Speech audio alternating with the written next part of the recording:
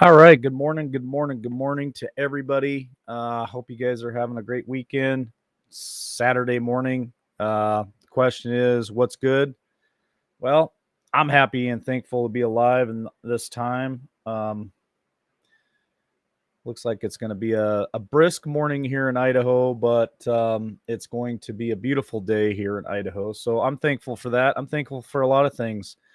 Um, Thanksgiving is right around the corner next week, and I think as bad as things are and could be, I'm still thankful. I'm thankful for a lot of things. So, what are you guys thankful for? Um, how's your weekend going? Let's see. We got Ann from Virginia. Um, we got Bonnie and B Cats and Lisa, Rob, Valerie, Anna. There's quite a few of you out there this morning. So I'm going to drop the link here real soon. I don't have any co-hosts today. So anybody wants to jump up here and tell us a story or talk with me, I'll drop the link. You guys are welcome up here. I don't know what to talk about today. I really wanted to get into some fishing. I know I'm getting pretty excited about ice fishing. It's around the corner. I know that around the corner in North Dakota was not that far around the corner because it's so brutal cold up there when I lived up there. Probably the coldest it ever got was I worked in negative 65-degree weather, and up in Crosby, North Dakota, which is right on the Canadian border, it got to negative 70. And the earliest I ever went ice fishing in North Dakota was Thanksgiving weekend in 2013, I think it was. We were fishing out on the lake, and there was already over a foot of ice. I think it was close to 18 inches of ice Thanksgiving weekend. And so we weren't able to drive the trucks out on it, but we definitely went fishing. And then by Christmas, the ice was over 2 feet thick, probably closer to 3 feet, and we drove our trucks out on the ice. Most of the ice where I would fish would be anywhere from 3 to 4 feet thick, and so we park our trucks out on the ice. We drive our vehicles out on the ice. I know probably some of you probably watched the show Ice Road Truckers. Well, we were ice road fishers, so um, and it's amazing up there on Lakes Sacagawea or Sakakawea. There's two pronunciations of it. It's one of the largest man-made reservoirs in America. I think it's top 10. It's massive. It's huge. Um, there would be little cities all over that ice, and I know probably in Minnesota, Michigan, up in Canada on certain lakes and stuff. I think those people probably have the same thing where there's so many ice fishermen out there. It looks like a little village. Me being me, I always thought, man, I should build a little ice shack that has hamburgers and hot dogs and hot coffee and hot chocolate and bourbon shots and slide that out on the ice and just sit out there and make a buck or two while I fish. Because I'm telling you, I think one of the spots I used to go, there was over 200 of us. There was over 200 ice shacks out there on the ice, and it was a village. It was a little village on the ice. It was truly amazing how many people would look forward to the cold weather to get out there on the ice. And I mean, you're talking some of these ice shacks were homemade, which was really neat to see people's ingenuity. They had some hand crank cables that would drop the ice shack down on the ice and then hand crank it back up onto the trailer. And then you'd go from that to me. I had a tent. I have a tent. I have a thermal tent. It it cost me right around $400. It's supposedly a 6-man tent, but I can tell you this: you get six big guys like me in there, it wouldn't be comfortable. So it's really about a 2-man tent if you want to be comfortable inside there. Like I said, I spent about $400 on it.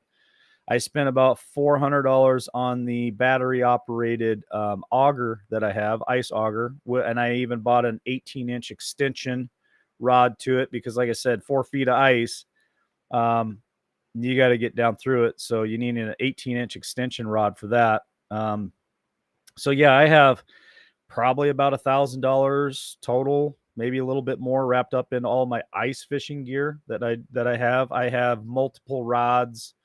Um, one of these, they're all out at my dad's house. I should bring the rod. They're just little. The ice fishing rods are only maybe, I don't know, 24 inches long, 30 inches long max. They're just little tiny rods. I have flip ups.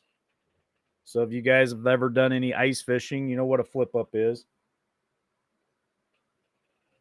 They're just a little, it looks like a little piece of 2x4, about 24 inches long that spans over your ice hole.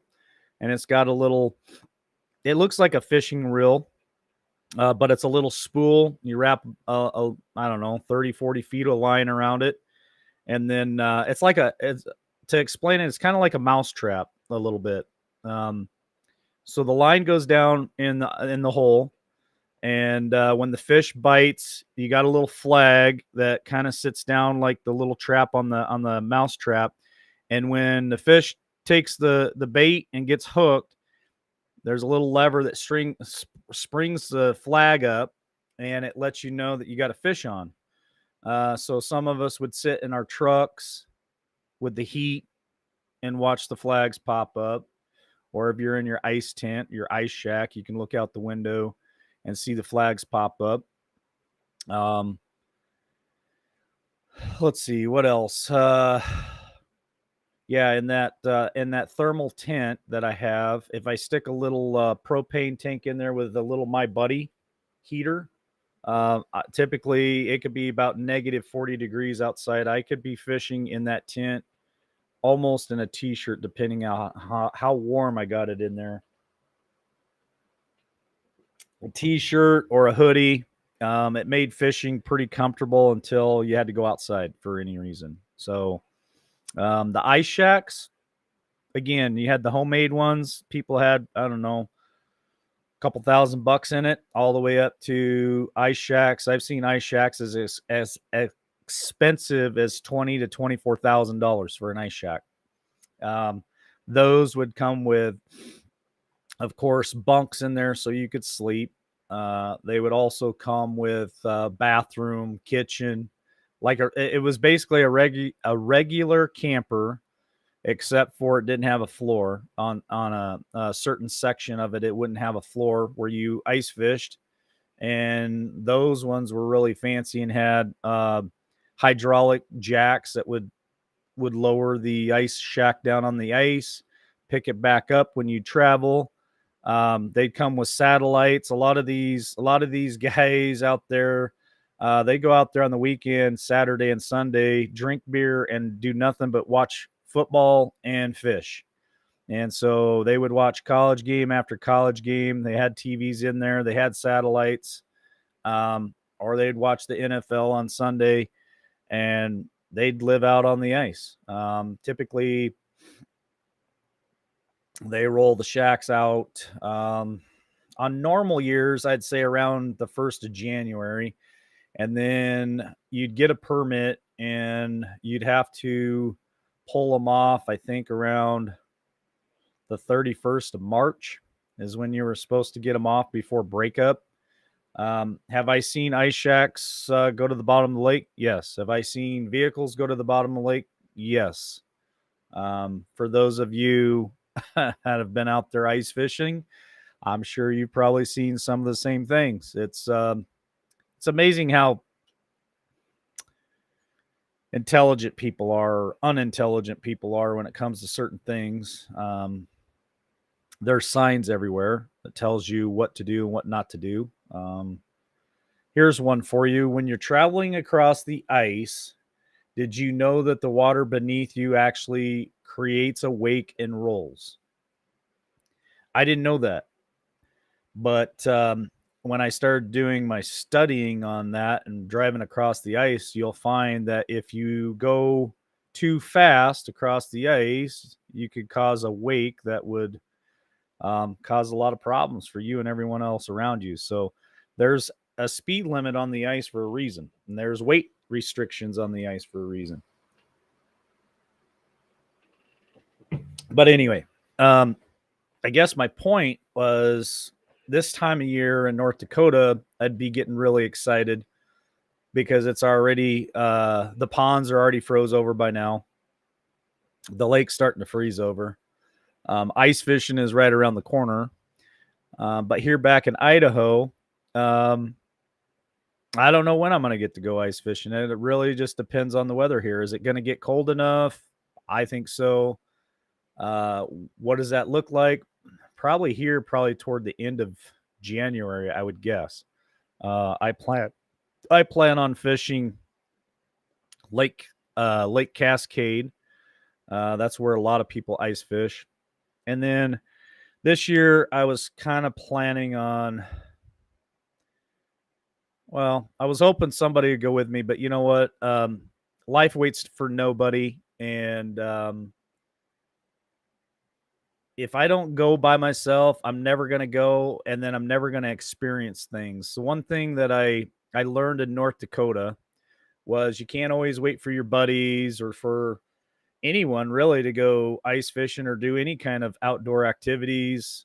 Or you're just going to be sitting on the couch waiting forever for a lot of people because they just don't show. So I would go out on the ice by myself. I'd camp out at night. I told my mom that the other day, and she looked at me like I was crazy. She's like, "You slept out on the ice?" I said, "Yeah. I have a cot. I took a cot, gets me, 24 inches or so off the ground. I definitely didn't sleep on the ice. I've slept in my truck before because the wind was howling so bad that I was afraid. I had to tie the ice tent to my truck. The wind was blowing about 40, 50 mile an hour, 60 mile an hour gust. It was blowing so hard that I actually tied my ice tent to the truck because I didn't want to lose it. And I slept in the truck that night. Um, I'll answer your question here in just a second, Rob. Um, so yeah, if the weather was decent, I always took my cot with me, my sleeping bag. I took a good book. Um, I'd set my poles up at about midnight when I start getting tired, and I would crawl in my sleeping bag and my cot, start reading my book because it always helped put me to sleep. And I had bells. I put bells on the tips of all my poles, and then that way, if I started getting a bite or something, I hopefully would hear the bell. And I'd camp out on the ice, and it was cool because the inside of the tent would put off a nice little glow with the heater, and it kind of gave you this real cozy cabin feeling. It was amazing, and I enjoyed it. I spent a lot of time out there by myself. So this year, one of my goals, hopefully, is I'm thinking about trying to hit some higher elevation lakes and do some trout fishing. And I know Monty's a big trout fisherman. And what I'm going to do is I'm gonna try snowshoeing for the first time. So I might take a snowmobile in so far, or have somebody take me up there in one of their side by sides with tracks. I got a buddy who's got tracks on his side by side. I might have him take me up to some of these places and drop me off, and I'll snowshoe in and set my tent up on the ice and hang out for the weekend and just chill out. It's kind of a bucket list thing for me, so I might attempt to do that this year. Is somebody going to go with me? Probably not. Am I going to be all alone? Probably so. But I'll have Black Beauty with me, my 45, and my fishing poles. Would I take Noah? Probably not, because it's so brutal cold, and it would be so far out that if he didn't start enjoying himself and he started whining and crying about going home, there ain't no going home. If my buddy drops me off on a Friday and says I'll be back on Sunday to pick you up, that's exactly what's going to happen. You're not going to walk yourself out of some of these lakes that I'm going to. I mean, in a survival situation, you probably would have to, but as long as I got friends with machines, I'll be all right. So anyway, that's kind of my thoughts this morning. Is I woke up, it was 20 something degrees here, stoked the fire a little bit. It's cold. It's not staying consistently cold enough around here to start freezing the ponds over. So my ice fishing season probably won't start until about possibly the end of January. Um, and it don't last long here in Idaho. I think it's about 30 days or so. I think you get to go from the end of January till about the end of February, and that's about it. Because it starts warming up here. Unlike North Dakota, where we'd stay out on the ice sometimes until you have to have your shacks off by the end of, I thought it was March, maybe April, but you get, I don't know, months of ice fishing, it seemed like, in North Dakota, because it was so brutal cold all the time. So anyway, let me answer some of these questions. I know Rob had one or two there. um Let me see.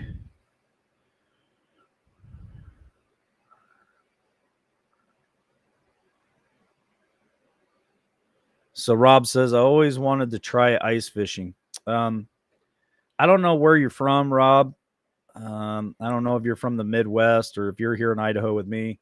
um Ice fishing is, if you're out on the ice by yourself, there is a very calm and peaceful sense to it. It's cold. It can get real cold. I know here in Idaho, it's not cold enough for people to really have all these fancy ice shacks and tents and all this stuff. A lot of them here in Idaho, when they go fish over in Lake Cascade, um, they just take a fold up chair, an auger, their fishing poles, and a cooler, and they sit right out there on the ice and fish because it's not so brutal cold. In North Dakota, you could do that for a little while. Um, I would do some outside fishing, but not for very long. It really depended on the wind. If the wind was howling, you weren't sitting out there for very long at all. You'd freeze to death. So um, there is a piece about it. In North Dakota, I would fish for walleye, and I really started getting into pike fishing, northern pike fishing. A lot of people around there, they considered pike like a junk fish, and I still have probably a good slab of pike in my freezer, northern, and I think it's great meat. I think it tastes really good. What they don't like about it is a northern has like a double, what is it, a double backbone or something. It's got a lot of bones in it, and so people don't like that. So they didn't like eating it.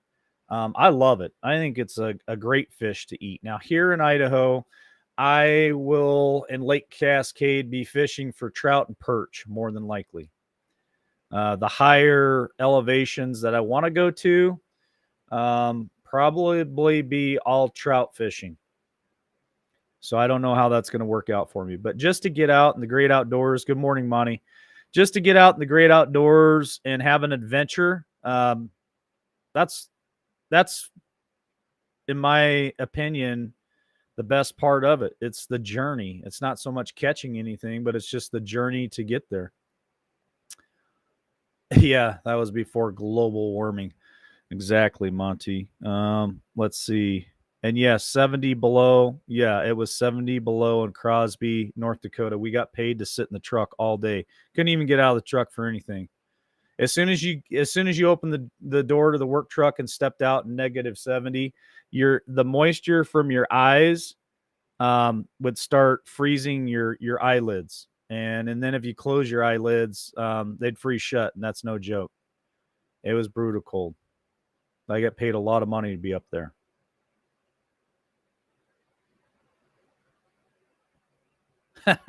B Cat says, I wouldn't go with you, but good luck. All right. Well, it's Florida. Well, I'll tell you what, Rob.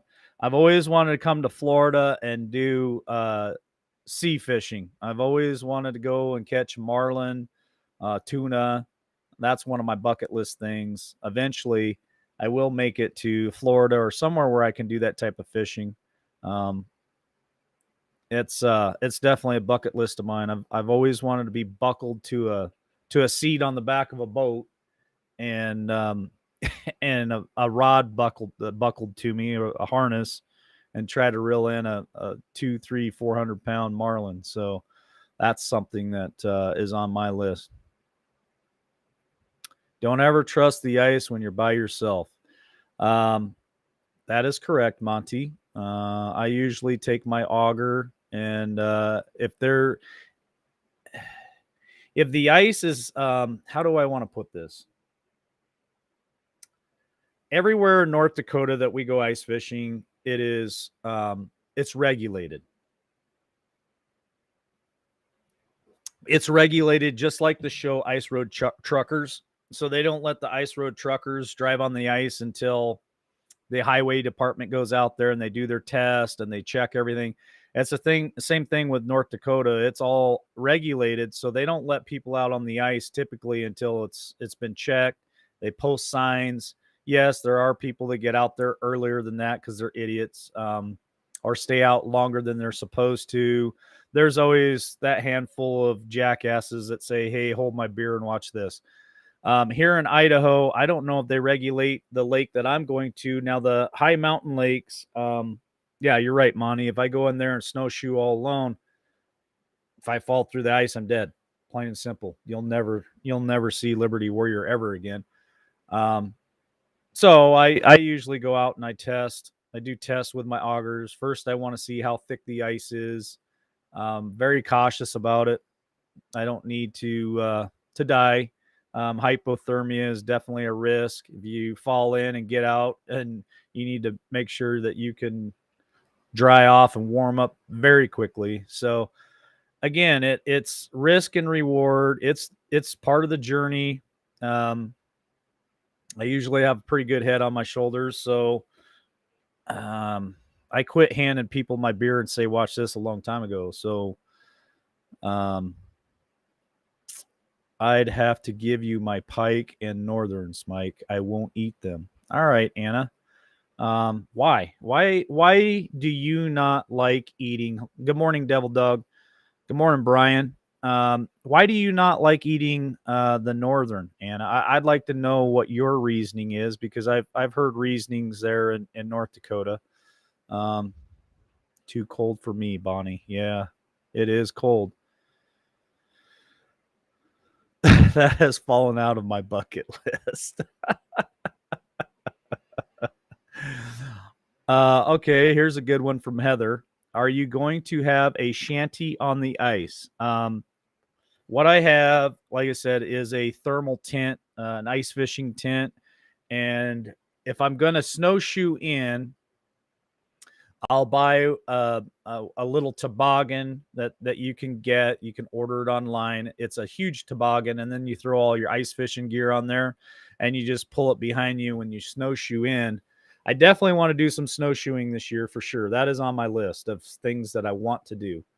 Um, so if I snowshoe, yes, I'll pull it on a toboggan. If not, if my buddy will be kind enough to haul me in on his equipment right to the lake, then I'll just unload my ice tent and everything right there and set up camp. So, hey, Matt, how's it going? I'm going to drop the link if you guys want to jump up here in just a minute. Um, Machines are great. They save you a lot of work, right? But I want to experience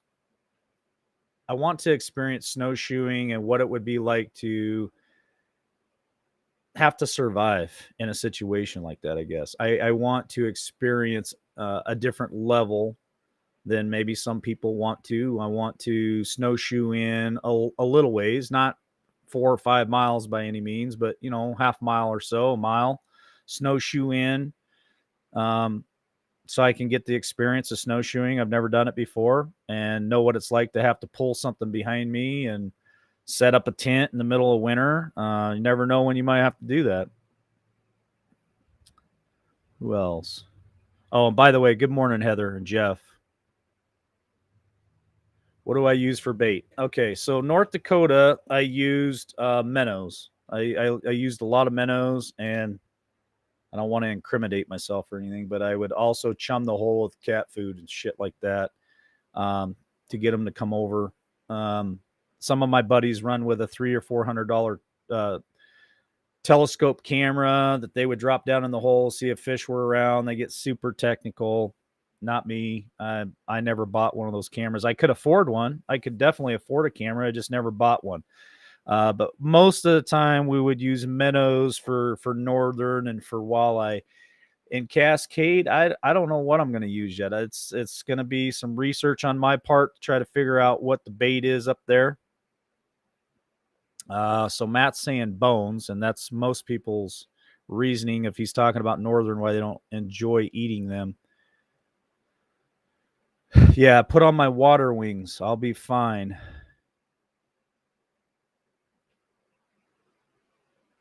Yeah, Anna. I did use cat food for chum. I would go buy the cans of cat food, poke holes in it, and chum. I know some people that would use pantyhose. They'd use pantyhose and throw some stuff in the pantyhose and some rocks and drop it down the hole to chum.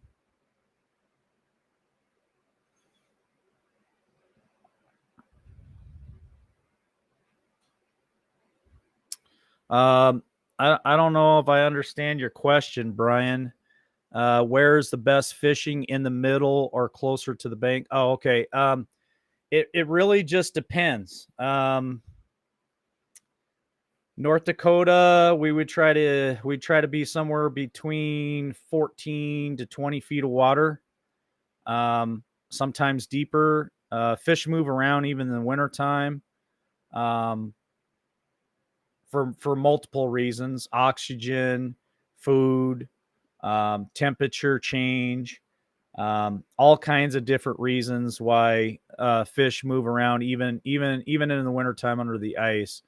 So it just really depends. When you get into a situation like up in North Dakota, Brian, these people have been fishing this lake for generations. So listen. I have people that watch this show from North Dakota. They watch the big show. These people they're serious. This is no joke. North Dakota, Minnesota, and Michigan. These people are serious about ice fishing. They don't mess around. So I know guys that I went fishing with in North Dakota. They have calendars, and they have farmers almanacs where they look at, and they have barometers. They look at pressure. They look at temperature, weather, calendars of where they fished last year and the year before, and depths of water, where they went, what they caught. I mean, some of these guys are so technical, man. They do not mess around with ice fishing. Me, it's more of just a hobby. It's just something to do. It's something to get out of the house in the wintertime and go have a little bit of fun, and hopefully I catch a fish. But some of these guys, they even have tournaments there in North Dakota. They have fishing tournaments in the winter. I don't know if they do in Michigan or Minnesota. I'm sure they probably do, because I'm telling you, those three states right there, I don't know if those people, their brains froze in the wintertime, but it's like it's a part of them. It's in their DNA, and they have a lot of fun doing it. And they are okay. Hold on, let me catch up on chat real quick.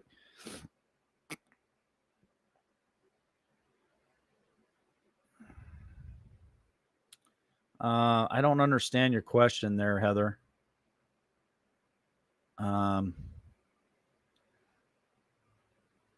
yeah, winter survival is a deadly business. You're right, Matt. But this is the thing: is if you don't get out there in a controlled situation and work on your winter survival, how are you ever going to educate yourself if you got into that situation?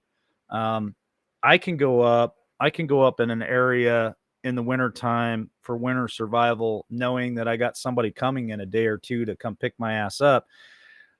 Staying off thin ice and not dying that way, that's really up to me.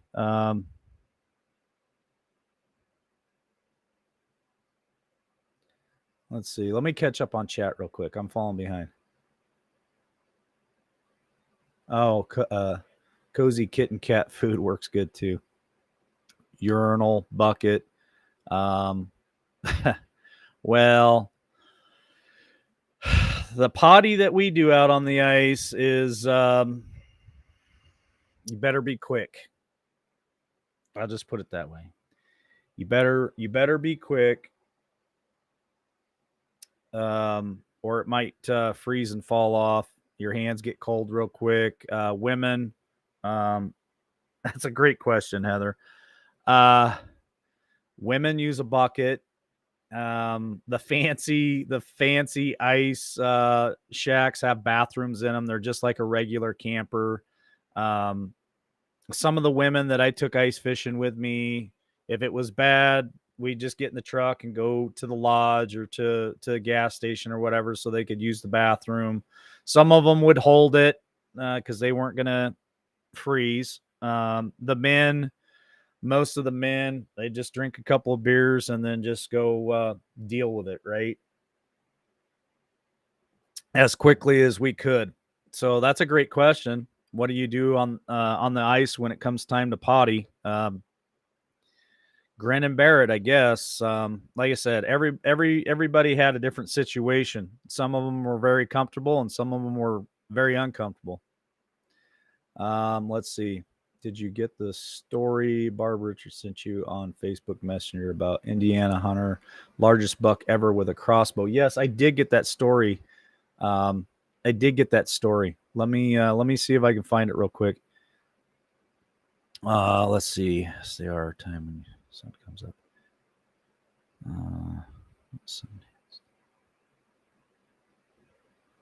Yes, common sense factors on the ice. I wouldn't go on the ice by myself without some way of being able to pull myself out if I fell in. So I'd have probably a rope tied to a tree or something. I don't know, something. But to test the ice, I start right on the shore and I start augering holes to see how thick that ice is. I learned a lot in North Dakota. As long as the ice is about 8 inches thick, 250 pound person can walk on the ice. If the ice is 12 inches thick, you could ride a snowmobile on it. Vehicle weights, a 4,000 to 8,000 pound vehicle. And I'm just talking just a single vehicle, just a truck or car. That ice had to be, I think it was around 24 inches thick. And then to pull a truck and an ice shack or a trailer, 24 to 36 inches thick before you get out on that ice. They have engineers that can tell you by the thickness of the ice how many pounds per square inch that ice will hold. That's just the stuff that I learned in North Dakota. So if I was to go out on the ice by myself, if that ice wasn't at least a foot thick, wherever I was at, I probably wouldn't be going out on it. That's just my rule of thumb. I'd probably just set the tent up offshore on the shore, set the tent up and ice fish right off the bank right there, and not go out too far. So that's just my common sense. They make urinals for women specially designed. Yes, they do. I'm just I usually go it alone, so I don't spend the money on that stuff because I'm like 90% of the time I'm all by myself. I don't want a chilly willy. Yeah, the chilly willy thing is not comfortable, and the other chilly part for women is probably just as uncomfortable. So I hear all of you when you're saying this stuff. I hear you loud and clear. If I go up by myself on this little adventure, I've thought of this. I thought of taking one of those camping shower things, and putting that up and then putting a bucket in there, and at least you got a windbreak. I don't know if they're big enough to put a little heater in there, but I got multiple heaters that I take with me just in case one takes a shit on me. pardon the pun, I have a backup heaters. So I don't know if if the shower curtain thingy is big enough to put a heater in there and a bucket.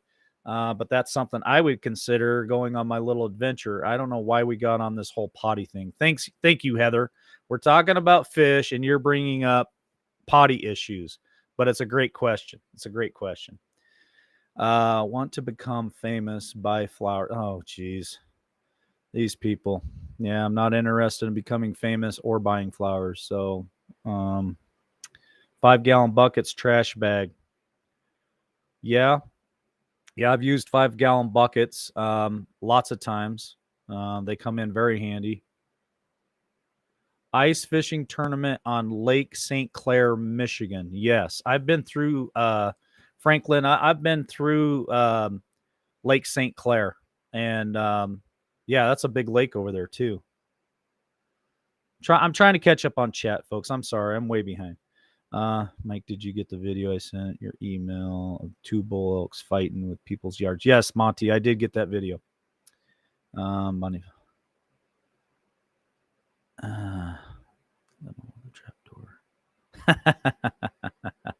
Oh, Anna.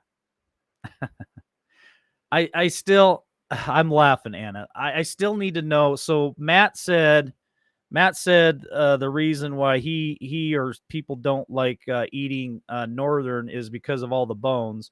What was your reason? I might have missed it in the chat. What was your reason that you don't like eating northern, Anna? Use a hospital urinals for the deer blind. Yes, and those work really well. So I know Matt will jump up here in a minute. Matt says I use hospital urinals for the deer blind. Absolutely. It's like a walker with a toilet seat on it. It works. It works. Waterproof tarp could cut wind. Very good idea there, Heather. Very good idea. Hand warmers are often a must. I don't really use hand warmers all that much. I used to when I was working in North Dakota or Wyoming. I used hand warmers quite a bit in Wyoming and North Dakota when I'd work in the oil field. That was an absolute must. Oh, you don't have to be sorry, Heather. Not at all. You don't have to be sorry. I just that was funny. We talk about fishing. Heather is a critical thinker, and I'm a critical thinker. So she thinks about stuff like that, and I'm a critical thinker, and I think about a lot of things like that too. I may not share them all the time, but I'm definitely thinking them. All right, let's see. I think we're almost caught up with chat. I have little thin fingers. I need hand warmers for ice fishing. Absolutely. Where are you at there, Anna? Sounds like you've done some ice fishing, so I don't know. I doubt you're in Florida. Woolen socks and gloves, they still remain body heat. Yes, so that's a great point, Heather. Anytime you're out in the winter, wool is the best clothing that you can wear, because even if wool gets wet, it's still going to help keep your core temperature where it needs to be. Wet wool is even better, in my opinion, than dry cotton. Cotton is the worst that you can wear out there in that kind of weather. The wind just blows right through cotton. I've spent many years in Wyoming and North Dakota working in wintertime, and it's horrible out there. All right. Originally Minnesota, now Wisconsin. All right. Well, Wisconsin definitely gets cold too. If you go to Florida, you'll want to do some bass fishing. Oh, Rob, I love bass fishing. We have lots of good bass fishing here in Idaho too. Yeah. All right. I'm going to drop the link. I tried to keep up with the chat. Now I'm just going to drop the link. Let some of you guys hop up here real quick. I'd love to hear your stories. Matt shared a story with us on the Big Show the other night where he had a monster buck in his backyard. That was a pretty cool story. I don't know why. I'm just kind of stuck on ice fishing this morning. So if you guys got ice fishing stories or you got questions, I know Heather's always. See, Heather comes in here And she may not have a lot of experience doing some of the stuff that we do, but what she brings to the table is she brings really good questions that makes us think. So she actually helps educate all the other viewers out there because she asks some really good questions. So I enjoy the questions that Heather brings. Here we go. Here's Matt. Hey, Morning, Matt. How are you, brother? good. Staying warm. Got my coffee. Yeah, I got my coffee too. It's cooling off. It's almost well, it's cooler than lukewarm. Let's just put it Oh, yeah. But I'm in the cold coffee now too. So yeah, cold coffee is good too. I have beaver skin chopper mitts with interchangeable wool and other liners. Anna, yeah, that sounds like something I need to get. Beaver skin or seal skin is also very good for the wind. You're gonna spend some money on it. Those things are not cheap, but if you live in an area where you're gonna use that all the time, I think it's worth it. save yourself some money and go get military surplus Arctic mittens. Really? Oh my gosh. They're like $15 a pair, brand new, and they are the warmest things. They're huge. Now they're mittens, but they have an inner liner and insulated liner. They rock in cold weather. Well, the problem with your hands and the problem with your feet. Yeah, the worst thing that you can do, especially with your feet, is sweat. Yes. So let me explain something to all you viewers about sweat. Me and my buddy George last week were sitting and having a beer, and we were talking about. So he left here, graduated, left here, and he ended up going to Russia, and he started working in the oil fields in Russia for over a decade. Wow. And we started talking about gear. And my first winter in Wyoming, I went out to Cabela's and bought a 1,600 gram boot. Okay, because it was brutal cold in Wyoming, and I thought, man. So I put them on, and man, my feet were just amazing. They were dancing because they were so warm. Well, what happened was they got too warm and they started to sweat, and then my feet got cold, and I couldn't figure out what was going on. I spent all this money on these boots, and my feet wouldn't stay warm. So what I found was you got to find where your feet are most comfortable. It might be 200 gram. It might be 400 gram. You want your feet to not sweat. You want them to stay warm, but not sweat. So if you get these real expensive, crazy ass boots, spend a lot of money on them, and your feet start sweating, you're done. Same with your hands. If your hands start sweating, your hands are going to get cold. So I learned a lot of stuff in Wyoming and North Dakota, what not to do. Yeah, I tend to stick with Sorels and do the removable felt liners because they just dry real well, during the night and stuff. And an old trick I learned was when you take the felt liners out, take newspaper and stuff it down in the boot, and it absorbs all that water and takes it out of your boot. Yeah, we learned that. We learned that too in Wyoming and North Dakota. If you didn't have boot warmers, I invested in a boot warmer, and I threw my boots. I threw my boots on a boot warmer or my gloves on the boot warmer. You want to get all that moisture out of there because I made that mistake too. So my feet would sweat.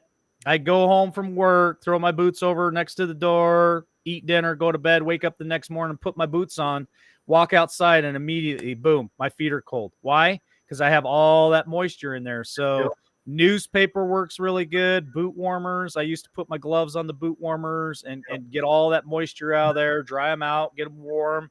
Talking hand warmers, if you're out in the field and your feet start getting wet, getting cold because they're wet or whatever, take a couple hand warmers, drop them in the bottom of a boot, and that'll really go a long way to keeping you warm there. What I learned is shove those things up close to your toes because the bottom of my feet stayed warm. It was just my damn toes. My toes were the ones that were having a hard time standing. Listen, you don't want to get in a situation where you start losing toes and fingers. Good morning, Heather. How are you? Good morning, fellas. I'm pretty good. Heather. Yeah, you're talking about the cold, wet feet, and a lot of people that go out ice fishing, um, for the first time, I hear run into hypothermic issues because they're unaware of just how dangerous that is, and they don't really look into it before they go out there. So, you got some Yeah. basic knowledge about hypothermia and how to combat that. Yeah, And people don't go ahead, Matt. realize that. Hey, what? I'm sorry. Go ahead. I think we got a delay think here. we're She lagging. said, "Go ahead, Matt." We Oh. got a delay. She said, "Go ahead, Matt." Oh, I was going to say, most people don't understand that winter clothing is not made to just sit there. It doesn't keep you warm. It creates an insulation barrier, but you have to keep moving. You have Yes. to generate the heat. Only the super high end clothes are designed to keep you warm if you're not moving. But I mean, that's the stuff you're paying $600 for a coat. I mean, your average winter clothing is designed that you have to keep moving. You have to generate heat. Yeah, body heat. And that's another thing is that people underestimate when they're out there ice fishing. That I've heard. I've never actually been ice fishing myself, Mike. But dehydration. Yes. Yeah. Oh, yeah. Dehydration is a big deal in the wintertime, and people underestimate it because it's so cold outside. They don't think about it. Yeah, they don't. More people get dehydrated in wintertime than they do summertime. They do. And ice fishing, everybody likes to drink beer, so they're drinking beer all weekend long. They don't drink any water and they get dehydrated. Absolutely. And you're both making very valid points here. When you're ice fishing, Matt says most your winter gear is made to where you still have to work, you still have to move to stay warm. It's just a barrier. A lot of people will go out and spend several $100s on certain gear, and then if they don't have a tent, they don't have a shack, and they can't drive their vehicle out on the ice, they'll sit out there and freeze their asses off trying to ice fish, and then they get this bad taste in their mouth and they don't want to do it no more. It's not because ice fishing is horrible. It's because you're uneducated. They were ill prepared. You're ill prepared, and you made some bad choices. And that's why when I first started ice fishing in North Dakota, I started reaching out to all the locals, and I really tried to get as much information from the locals as I possibly could. Shields is a big store there in North Dakota. It's kind of like Cabela's, but I think better. And I'd go ask all those guys up there when I'd buy my gear for ice fishing, what's the best gear? What's this? And I tried to educate myself before I spent my money. And I Google things and do research and read reviews. I think it's important, no matter what you do outdoors, whether it's ice fishing, hiking, uh, finding hot springs, riding dirt bikes. I think you really need to be educated on all parts of that, so that if you do get in a situation, you know how to get out. Yeah. Yeah. Another issue people do is they bundle they put all their clothes up, bundle up, and then they walk out to their hunting blind or they walk out to their fishing shanty, and they overexert and get all sweaty. When you're walking, you should have minimal layers just to stay warm. And then when you get there and you start cooling off, then you can put more layers on. But if you walk out there with all your stuff on, you're going to sweat by the time you get there. And sweat equals cold. Yeah. Hey, there's our brother Reaper. How are you doing this morning? Reaper! Doing good. Back at it again. Have you killed anything yet? Have you got anything yet? Speaking into a dead beaver. I have not killed anything yet. Man, last time I knew you were swinging from a tree is what Craig said. Yeah, I mean, I wore it out. When I'm not at work, I'm in the woods, and haven't seen anything I want to shoot yet. Gotcha. Oh, I sure did. Hey, I have a buck story, believe it or not. Go for it. The other night during the eclipse, I went outside to see the eclipse, and it was probably about 2/3 of the way over the moon, and all of a sudden I hear crunch, crunch, crunch. It was so close, and I looked down from the moon, and there's this huge buck like 20 feet in front of me, and he's just staring at me. Oh, It was man. awesome. It was amazing. Wow. They're out Yeah, there. They're still around. I have a salt block and a game camera out now, just to take a picture of the monster. Matt's on a mission to prove to us the story that he told the other night. He's out to prove, hey, that this buck is real. I got to get a picture of this guy. Oh my gosh, you're not going to believe. Well, you're used to out west deer, so they're huge. But yeah, this for Michigan, it was a monster. So, I can't wait. I have, Every one of my friends has on something. That oh, picture I got from my buddy. He killed that buck this morning. That's a nice that's buck. Nothing.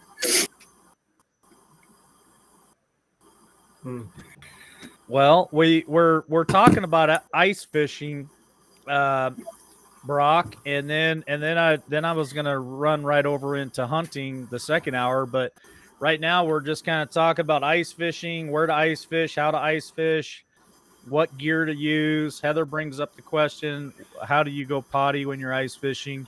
We're just I don't know, kind of tossing our experience and knowledge around for all that stuff. And I'm not a professional ice fisherman by any stretch of the means, but I do enjoy it and have a good time. And it can get seriously expensive if you get into, like I said, the $20,000 ice shacks and all the equipment and the trucks to pull it with and all that stuff. It's or you can just go cheap. You know, you can go super cheap. A fold-up chair and a couple of rods and a hand auger. You know, you can get a hand auger for like $75 at Cabela's, and you can go super cheap. Now, I've been out on the ice, and I've seen the guys use the hand augers trying to get through 4 feet of ice. And yeah. I'm over there. I already got a dozen holes drilled out, you know, with my battery operated one, and I went with battery. A lot of people, Mike, why'd you go with battery? Because battery, as long as it's charged and I put it in, I push the button, it's augering. I've had the gas powered ones, and I got a mixed gas, and then I got a spark plug issue, and something's froze up, the fuel lines froze up, and this don't work and that don't work, and you're out there yanking on it like a chainsaw and it won't start. I went with battery because I think it's way more efficient. And then if I want to drill a hole while I'm in my shack, the battery doesn't put out fumes. It doesn't put out the exhaust. So I'd use my gas-powered one in my tent, and then I'd have to open the doors and the windows because I'd choke myself to death. So I think the battery ones have a lot of advantages over the gas. Can I ask a Morning, question Monty. real quick? Yeah, go ahead. Hey, Monty. So how long after, like, obviously you're going to cause some vibrations and stuff in the ice, no matter which tool you're using to create your holes. How long afterwards will the fish come back to those areas? I mean, because doesn't that affect how they move around down there? Don't they feel that? And I'm sure Curiosity. it has some effect. I'm sure it has some effect, but we've caught fish as soon as less than 30 minutes after drilling a hole. I mean, we drill a hole, line goes in the water, and we've caught fish as soon as less than 30 minutes after we drill the hole. So it just, I don't know. It's kind of like being out on a boat and you got a prop. You go through the water, you roll up in your bass boat in an inlet, cast a line, and boom, you catch a fish. Same thing. You know, you got vibrations off of that motor and that prop, and they're still there. Yeah, and to do, you know, like up here in Michigan, a lot of people build their own ice shanties, you know, to take out onto the lake. I'm telling you, you can go grab some old pallets and build a really nice shanty out of old pallets, and it's on the cheap. You know, it's just an amount of labor. You know, materials are nothing, and then you Gotcha. put a couple skids on it, carry it out with a snowmobile. You know, and then most people, you know, in Michigan, you got to put your, you know, your name and information on it. You almost have to have a permit for it. You Yeah. almost have to have a permit for it. Not yet, but yeah, you gotta. But they have to be tagged, and Correct. you know, most people go out onto the lake and just leave their shanty there for a while. You Yep. know, for most of the season. So Yeah, how's Monty doing this morning? And the biggest fish that I've ever caught on the ice was about I think it was about a 14-pound northern. It was a real nice fish. that's a monster. I'm doing pretty good. How are y'all? Monty, I was putting in I think it was Riddle's chat a couple days ago. I was asking, have you gone fishing yet? I know that this is your trout fishing season, so No, I haven't. what do you have to share with us? Nothing yet? Nothing yet, because I expanded my streaming experience with this, with what how you're seeing me and hearing me. Decisions. Uh, The only ice fishing that I'm familiar with, in January, a lot of people do the run for sturgeon spearfishing. And Yeah, now that's really cool.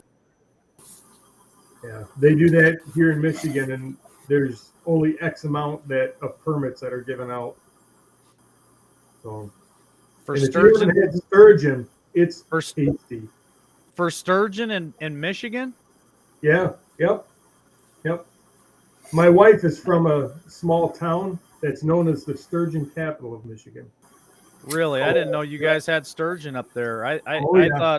I thought just Washington, Oregon, and Idaho here, and I caught a 6-foot sturgeon here in Idaho. We're not allowed to keep them here in Idaho, but I think once you get to the Columbia, there's a slot selection. I think somewhere around 2 feet you can keep them. Some of the restaurants close to the Columbia serve sturgeon, but here in Idaho, I believe it's completely the whole state. I don't think you're allowed to keep any of the Oh, sturgeon, man. so it's just catch and release. No, I know people. It's a lottery here. Yeah, You put in for it, and you know, like only 100 people get a permit, and not all of them are successful. But I'll tell you what, you would think with the amount of security and DNR that show up, you would think they were moving gold through the area. I mean, So, they have I gotta- DNR officers up and down the rivers and the lake, Yep. along the lake shore. It's like, holy crap. well, I got to ask the question. Because the sturgeon that I caught on the Salmon River here in Idaho, there's no way that sturgeon would fit up through my ice hole. So, how big are the sturgeon in Michigan for you to ice fish and catch a sturgeon? Oh man, they can get pretty big. I mean, 60. I think the minimum is 48 inches. No, maybe 58 inches. I think that's the minimum size. Through an ice hole? What do you, That's- 7 or 6, well, 8, 10-inch ice hole or what? The season is in the spring. Oh, okay. Yeah. All right. I was sitting there There's trying no to figure ice. out how you're going to get one of those sturgeon No. up through the ice. No, Through the they ice. don't- No, you can't. Now, That's the season. You can't catch them. in I think it's Wisconsin, they do it through ice. They spearfish through ice. Yeah. They actually cut big square holes. I'm With a assuming they chainsaw? chainsaws. Yeah. Yeah. But that's not the hard part. They put, Reaper. The hard part, depending on how big of a chunk of ice you cut with a chainsaw, it's getting that chunk of ice out of that hole. Oh man, I've- I remember. I've seen them try to use pickup trucks and snowmobiles and all kinds of things to get those big chunks of ice out of the water. my heritage is Canadian, and back in the 70s, you know, we'd go up Ontario and stuff to go fishing, and they still had ice houses. where during the winter, these guys go out and cut the ice and then stack it in a building, cover it with sawdust. It lasts all year. And then they take it out and put it in their ice boxes. It was pretty cool. Well, I think back in the 1800s, Matt, I think they did. That's how they'd Yeah.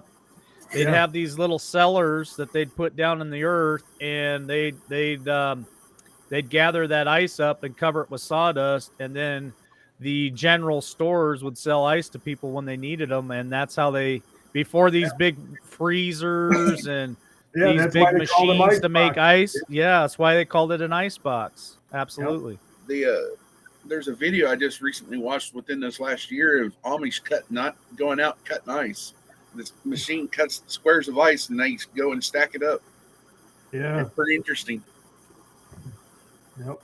It kind of reminded me of a little sod cutter, but it cut squares of ice. Wow. Yeah. That stuff ain't light. Well, Yes. we're into the top of the second hour, so Reaper, tell us some hunting stories. What have you been up to for the last couple of weeks? Let us walk this journey with you. You said you haven't seen anything, but you have to have some stories to tell. Well, us. I've seen plenty of deer. I've not shot one yet. Nothing that I've not had anything close enough with the opportunity that I wanted to shoot. I've seen a lot of deer. I've got a lot of footage that I'll be sending over to War Machine. War Machine. I mean, it's right now. I started out, I guess it's about 3 weeks ago, sitting all day sits on Saturday, and just pretty much wearing myself out. I ended up getting bad sick last week. I was down for 5 days. I missed work and everything, but I'm doing better now. Good.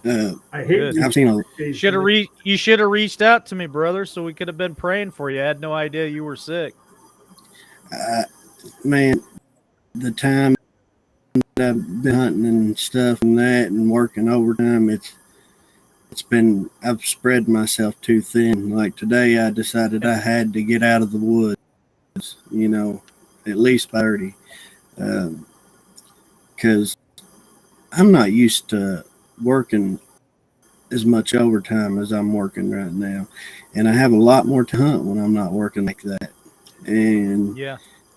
so I'm trying to make up for that time on Saturdays and Sundays, and it's done nothing but wear me down. I mean, I'm sure there's other people out there. Yeah, that did you see addicted last like week's that. episode? Did you see last week's episode where Hawk showed us how he compressed a bow and put the strings on his bow? Did you see that episode last week? Yeah, I caught pieces of it. That was pretty Actually, cool. yeah, Saturday I was laying in bed last Saturday, but got sick. I caught pieces of it when I would wake up to drink or something or coughing. I would check it out. And So, do you have a bow press too? Then, Reaper, do you Yeah. put your own strings on then? yeah, I do Okay. that at least once a year. At least. I actually just got a new bow last week. Oh boy. Oh boy. Yeah. What I did, I thought it was the bow that was causing me problems, because last year I tagged out with a bow, and then I was tagged out by November 2nd. So when I wasn't having luck, I got rid of the bow that I was using and got a new one. I'm a hunter. I Oh, mean, Yeah. I gotta get rid of that. Monty, Gotta- I gotta ask Monty a question. Monty, when you stop having good luck fishing, do you just get rid of your fishing rod and get a new one? And Matt, when you stop having luck getting your deer, do you just get rid of the rifle you're using and get a new rifle? Hey, there was a few times last year when I was getting mad fishing that I almost felt like throwing my rod and reel in the water. And guns are a relative thing. If a better one comes along, it's like ex-wives. You know, if a better one comes along, you snatch it.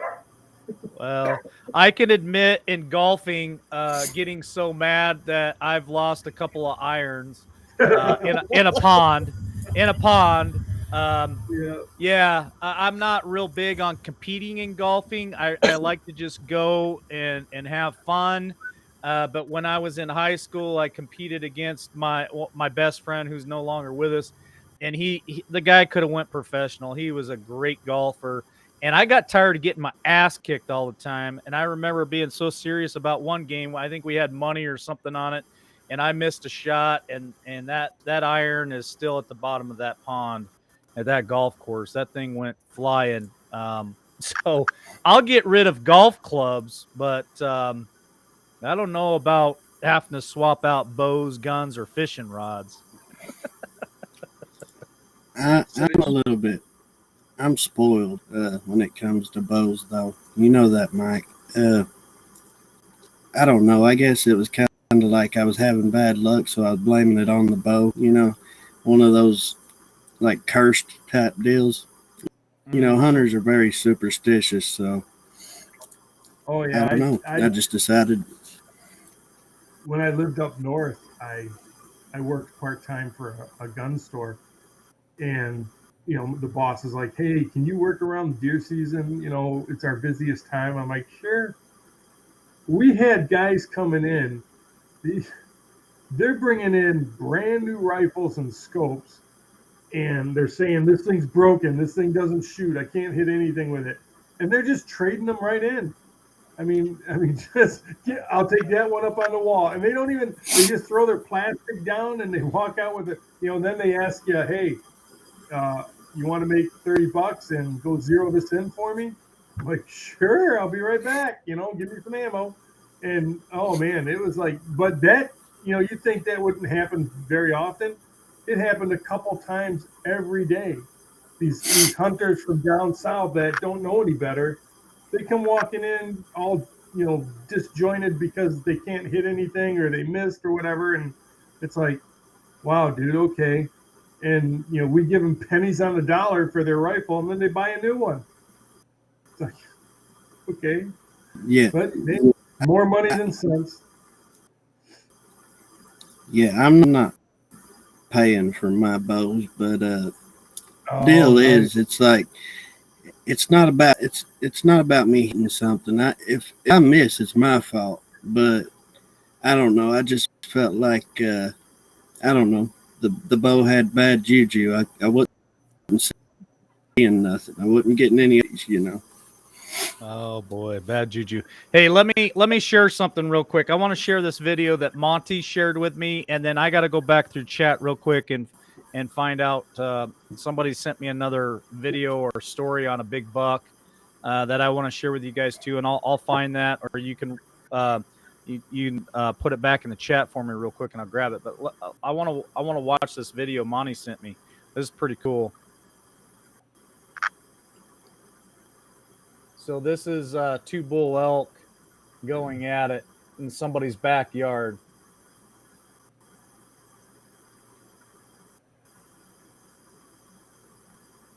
There's no sound. Yeah, no, there's no sound, but we'll watch it. Oh, there was whenever. Okay. Wow, they're really going down. Can you imagine the power being transferred between those two? Massive amount of power. Look at how many elk is there. They're right there Yeah. in someone's backyards. A couple people's backyards. Look at them. There's every bit of 60 head there. And they're not That's small animals. They are big old beasts. And Yeah, there was Cal there was weighs some out at sound about. through that. You could hear them. You know how the elk, how they sound. Clack, yeah. Yeah, you could hear them just going off. Especially those two bulls. Oh, Oh man. I was like, man, they're going at it. I was coming out of the field one time while I was hunting up north. It was nighttime. You know, the sun went down, so the hunting day's over. and I'm walking across this field, and way across the field you can hear two elk going at it, just crash, crash, and it's like, dude, that sounds so cool at night. Yeah. There, in my opinion, I heard this morning. My favorite thing to hear when I first get in a tree, sometimes you'll hear bucks fighting, but they don't do it a lot in daylight hours for some reason. I typically hear them when it's still dark before to get daylight. And I mean, you can hear bucks fighting from miles away if you're really paying. And heard it this morning, and it's just a beautiful sound. That's cool. Yeah, that's cool. Good morning there, D-Dog. How are you?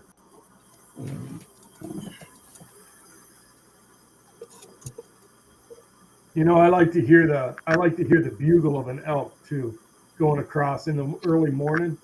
That is so cool to hear going across, the echoing and going on. That's one of my trout rods. Yeah, we in Tennessee. They recently in the last 10 years, 15 years, they brought elk in here, and you can go over to Smoky Mountains and listen to them in September. That is beautiful. Yeah. Good morning, D-Dog. How are you? Not too bad, Mike. How's things going?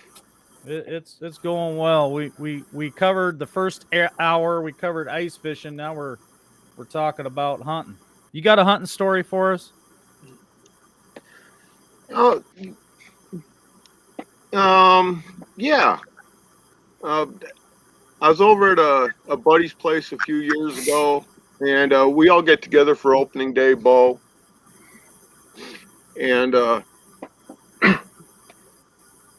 we're out there hunting, and one of the guys, he lays down a deer just on the walk out. And he goes up and he gives it a kick, spreads the legs, and goes in to cut out the hole. And it jumps up. And his blade is like this long. And he's riding its back, just slashing at its throat and everything else. I've never laughed so hard my whole life. Wow. I want to answer the question that your dad just Mike. I actually have heard bucks snort wheeze, is what we call it. And you typically only hear the older bucks do that. You won't hear a young buck snort wheeze. Only the older ones kind of do that, and it's a sign of aggression. Typically, when they're fired up or something, they'll do that. It's like when doe blow. That's kind of cool too. When you hear them, with the doe are like pawing the earth, telling you to stay away, and you hear them going. Yeah. Like, sweet. So I was cutting a tree one time, a chainsaw, down at the base. All of a sudden, I heard the same snorting sound, and I'm like, what? I stopped. I look over my right shoulder, nothing. I look over my left shoulder, nothing. I continue on. I hear it again. And this happened 3 or 4 times, tactical. And then finally I stopped. I turned all the way around. Nothing. And it felt like he was just right down the back of my neck. And that's how loud it was over the chainsaw. Oh my God. And I'm not wearing hearing protection. And I'm like, I'm hearing him. And it freaked me out. I'm like, what is going on? I'll tell you, that will absolutely scare the crap out of you when you're sitting in a tree and you're not hearing nothing, and then all of a sudden blows. Man, you feel like you're going to jump out of that tree. I mean, it just freaks you. Yep. Dang, I can't find that story. I've looked everywhere. I had somebody send me a big buck story, and I had to reboot the software, so I lost the message in the chat. So if you're still watching, send me a message in chat real quick. I got to try to find it. I wanted to share that with you guys, but I can't. I can't remember how it was sent. It was either in Messenger or email or something. But if you're still watching, send me a message in chat real quick. Go ahead there, Reaper. I just want to say that I know that my season is going slow, and I've not even got to yet. But while everybody else has already pulled out their muzzle loaders and rifles, I'm still walking into the woods every day with a bow in my hands. Nice. Well, I have no doubt you'll get something before the end of the season. Yeah, I mean, like I said, I've had opportunity of just stuff I wouldn't want to shoot right now. I try to hold out till at least December before unless it's something huge, you know. Yeah. Well, go to Matt's backyard. He's got one in his backyard. Oh, yeah. Big old boy. 12 pointer. I even went to Kentucky already twice this year. So Oh, wow. I've been trying it there too. So I'll get lucky. That's funny how you call it a 12-pointer, Matt. You guys over there in the Midwest, East Coast, Yep. call you count the points, and we count them. But if you got 5 on one side, 4 on the other, we call it a 5x4 or 4x5, and you guys call it a 9-pointer. And it's we all come from different backgrounds. You got a fishing story for us there, D-Dog? Do you fish ever? Yeah, well, not much, but I used to fish with my dad up in Missinaibi, which is 60 miles north of Chapleau in Canada. And I had my little Mickey Mouse reel and everything else, and we were just getting ready to approach the sandbars over there by the old Indian reservation. And the first fish I ever caught was a 32-inch northern pike Oh, on a little Zebco reel. Wow. But that's not unheard of up there. Right. Yeah. Yeah, but we'd always go over to this little waterfall, and we'd worm fish over there, and the size of the whitefish were unreal. Yep. Now, we have whitefish here in Idaho. A lot of people don't like them. They won't eat them. Did you guys Oh, eat I the love 'em. whitefish? I love them. Yeah. Well, we beer batter everything, Yeah. and we put a little bit of lemon and butter with it, and that made that whitefish taste pretty good. I actually like whitefish compared to pike or walleye.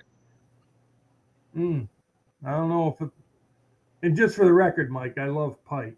I wasn't, I said, the only thing I said about the bones was that's usually the reason people don't like Yes. it. But Yes. I mean, I always grew up cutting the Y bones out anyway. So, you know, you don't get as big a piece of meat, but it's just as good. And there ain't nothing in the world like fresh caught fish on a shore. Yeah. Oh my Well, God.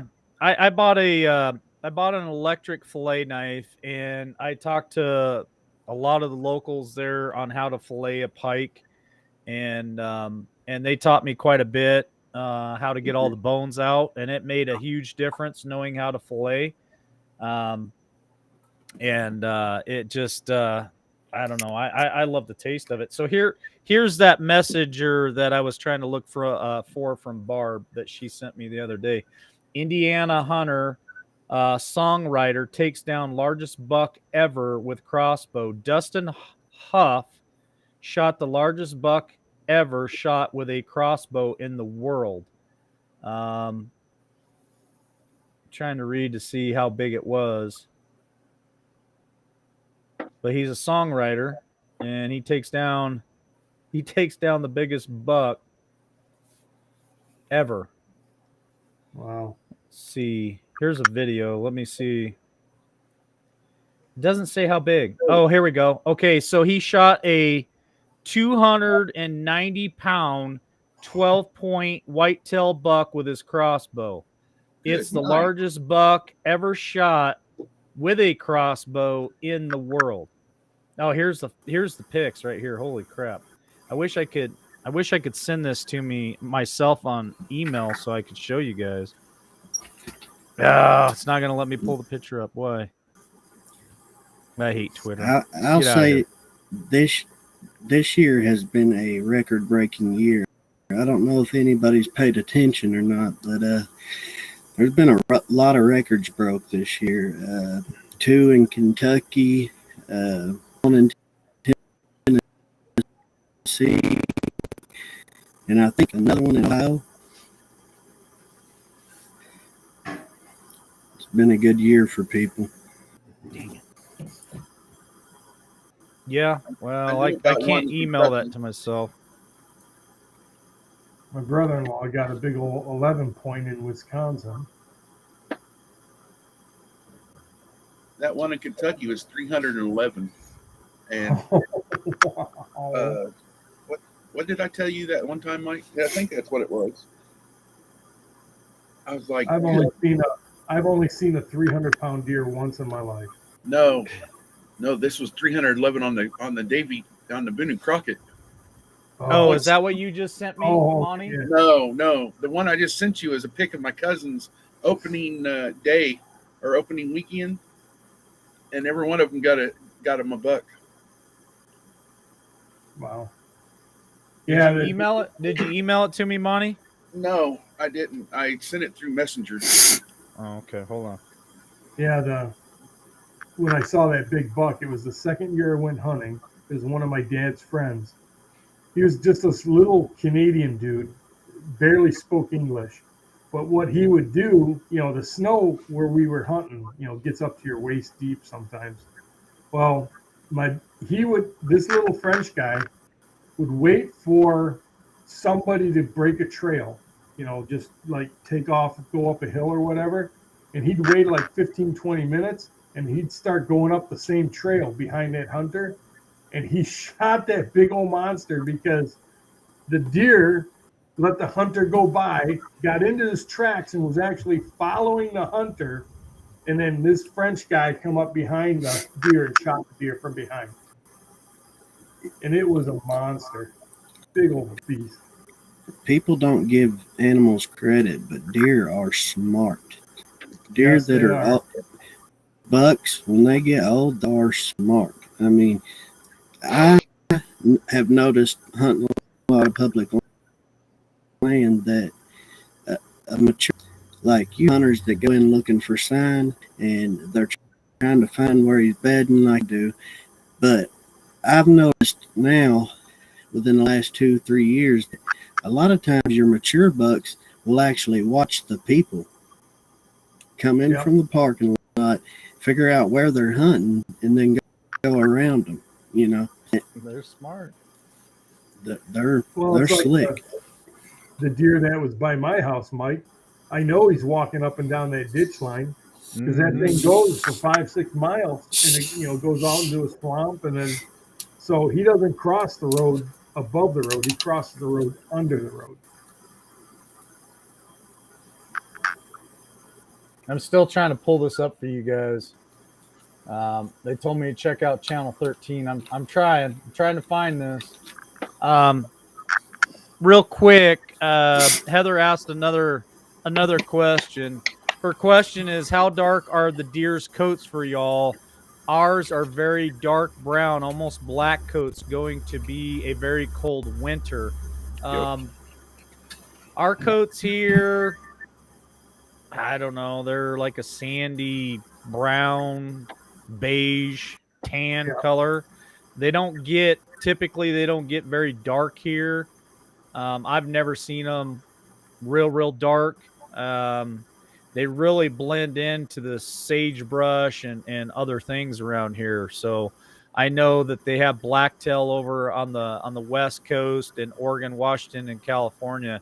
I think their coats are a little bit blacker or darker. I mean, so.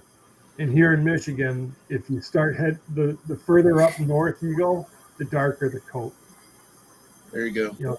Down by me at the southern end of the state, where it's all farm fields, they're real, just like that. They're sandy golden brown, but you go up north and they're really dark brown, bordering on, like real dark brown. I've Well, kind of I'm noticed. right near Lansing, and the deer on my property are really dark brown. Oh, okay. They I've must be kinda doing a kn- lot of local foraging then, not crops. Right. Yeah. Well, From I'm Tennessee- surrounded by woods. Oh, okay. From Tennessee to Kentucky, it varies a lot just between the two states. And I've even noticed that in my area, it's almost it varies by the deer.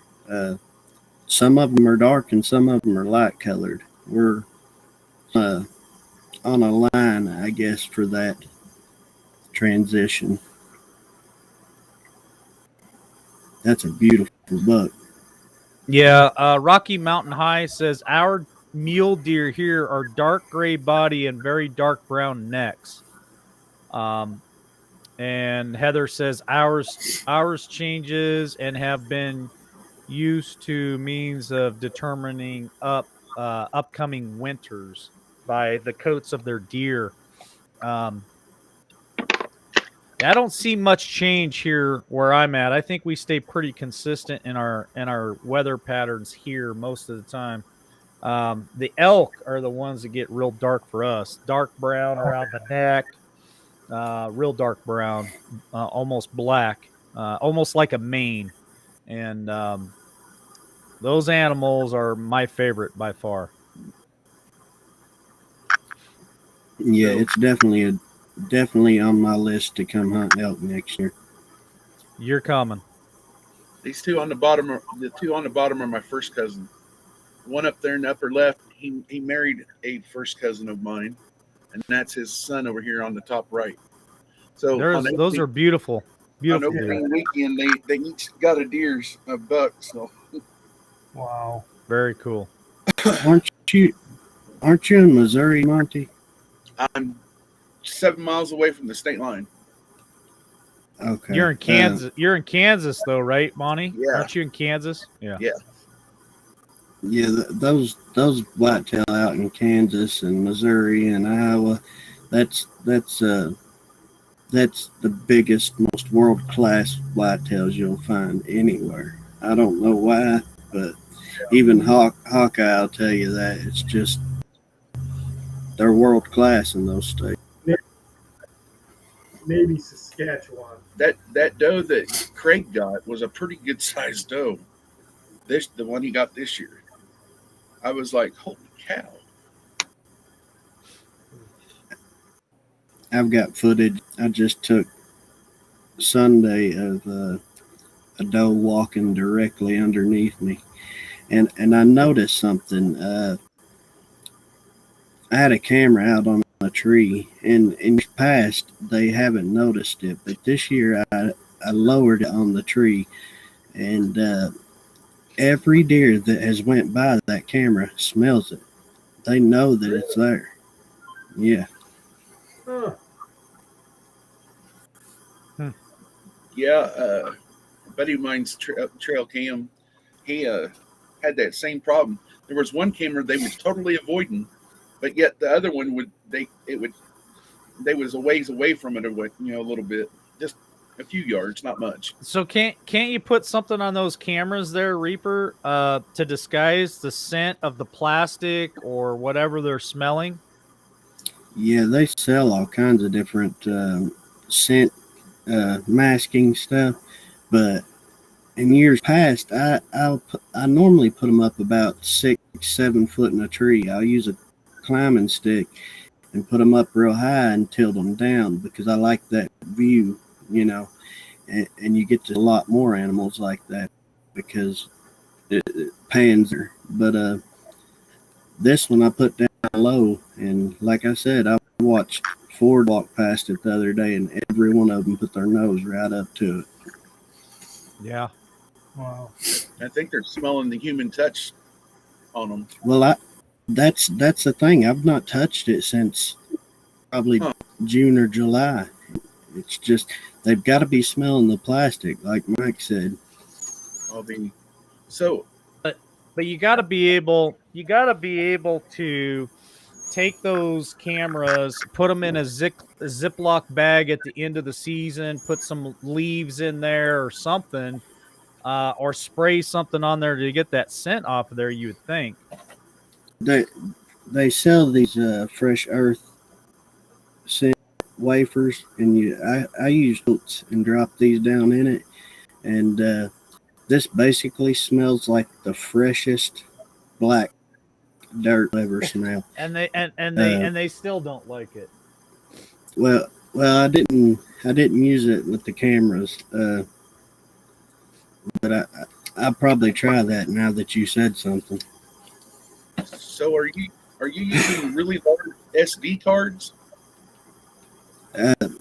No, Monty, what I do is I put them out in June, July, typically June. I try to get out there early June because that's when they first start growing. And I will hang them in a tree and just let them there until the end of the season and then yank them down because I don't like going out, messing with them, touching them. Right. And like Craig, he don't even he takes his cameras down before season starts because he don't want them smelling the cameras. Yeah. Well, like I said, I never had that problem before when they were 6-7 foot in a tree, but I put one low this year and every one of them smell it. It's weird. Wow. I mean, it just goes to show you how good their nose is.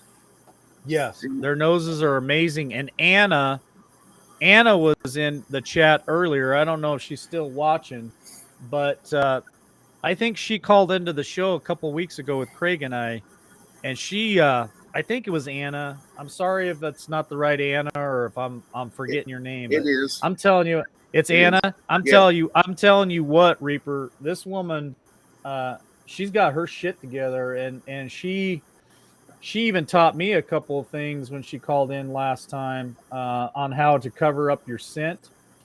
We need to have her on the show. We need to have her as a guest. I'm going to drop the link. Yeah, I'm going to drop the link if she's still in here. So you guys have a good day, and I'll see you a little later.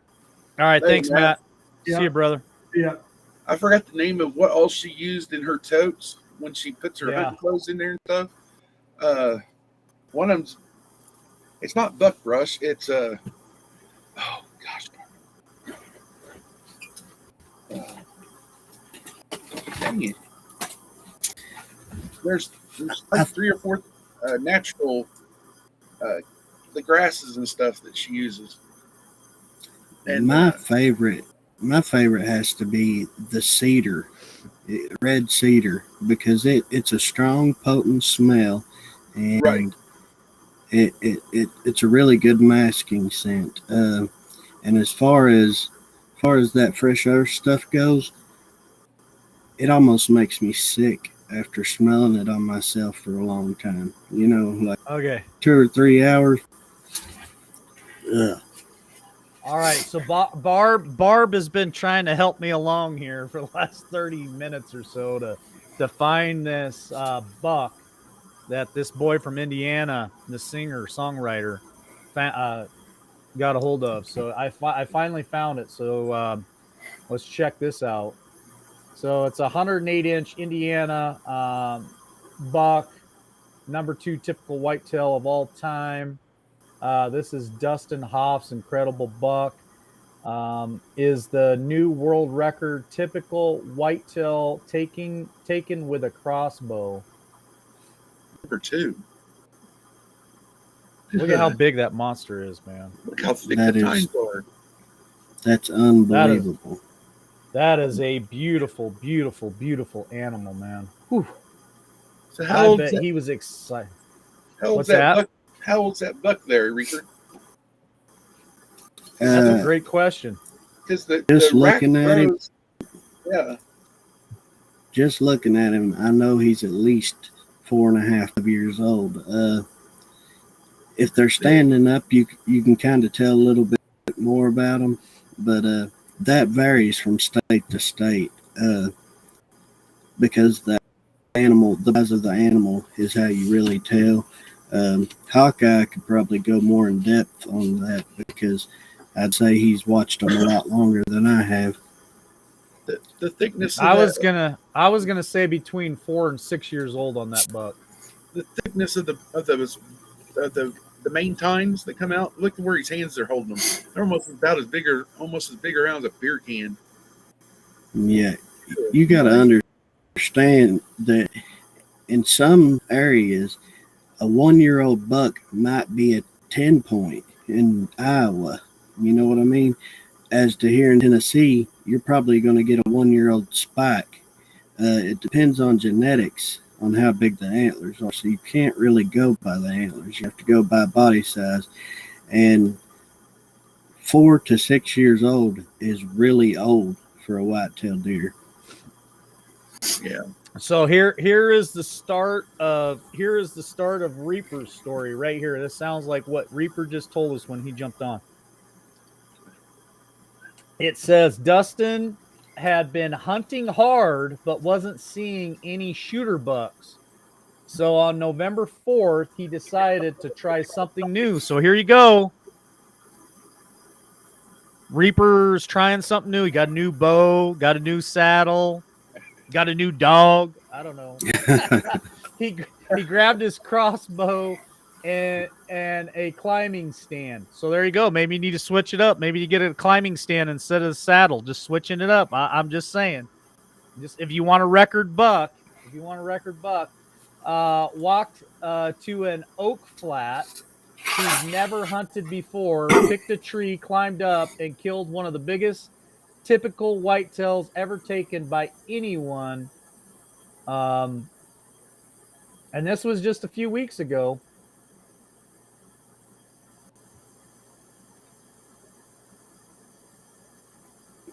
So he broke. It looks like he broke a record from the 1900s, 121 years ago, in Indiana. All these damn commercials. Indiana has a really good. They have really good genetics too, but you don't see a lot of huge bucks come out of Indiana, and that right there that's massive. We are today. I mean, We are today. he is massive. That is if I seen a deer big in a tree, I would probably be shaking so bad I couldn't shoot it. Well, I told you guys the story of my dad and I hunting up on the prairie, and I saw a big old whitetail buck. Not nearly that big, but he was a good sized whitetail. Our friend was on the ridge above us, and he pushed him down to us, and it was coming down in front of us. So I was trying to scurry down the damn trail, and I was walking across some shell rock, and the shell rock gave way under my footing, and I fell down, and the scope banged the ground. It was my dad's Seiko 308 that he pulled in from Germany when he was in the military, and so I hurried down, and I knew about where he was going to cross, so I was looking up to my right where he was above me, and I couldn't see him, couldn't find him, and I heard a noise. I looked down, the trail dropped down across the creek and went back up the other side to some woods, and I look over, and there he is, and he was a beautiful buck. Again, not as big as this guy, but it was a beautiful white-tailed buck. Well, he was standing broadside to me, and I got this is the only time I've ever got buck fever in my entire life hunting. I threw the crosshairs up on him, and I had 1 in the chamber and 3 in the clip, and I emptied all 4 of them on the ground before I ever pulled the trigger. And I couldn't figure out why I wasn't hearing any sound. It's kind of like on this show sometimes when I sit there and I'm talking and nobody's responding, and I'm like, I don't think they can hear me. Well, I didn't hear any sound. I looked down on the ground, and there's all 4 of my shells laying down there on the ground and at my right foot, and they're all still unused. And the buck just kind of looked at me and started trotting off, and I'm like, oh crap! So I popped the clip real quick, reached down, grab all the shells, put them back in the clip, slam them back in the gun. It's a lever action. I throw one in the chamber just as he's starting to get to the tree line, and I shoot. I had the crosshairs right on the back of his head. I shoot, and I think it was off to the left or the right so horribly. I'd knocked the scope off, so it definitely wasn't even close. And at that point, I just started letting lead fly. I got so wound up. I just started letting lead fly. Didn't even come close to him. I bet he was giggling as he ran into the woods, going, "You idiot." Yeah, that is a hilarious story. I like when you tell the part pulling the trigger and not hearing nothing. That makes I me didn't laugh hear anything, every man. time. It's a lever it's a lever action like a 30-30 too. So I had it up like this, and I just went like that 4 times, and I don't see anything. I'm not, he's just standing there. I'm like, did I hit him? And I look down, and there's the shells laying on the ground. I didn't even get close. That buck lived to fight another day for sure. I see where Camo Carl seen a picture. Someone got a non-typical 49 point.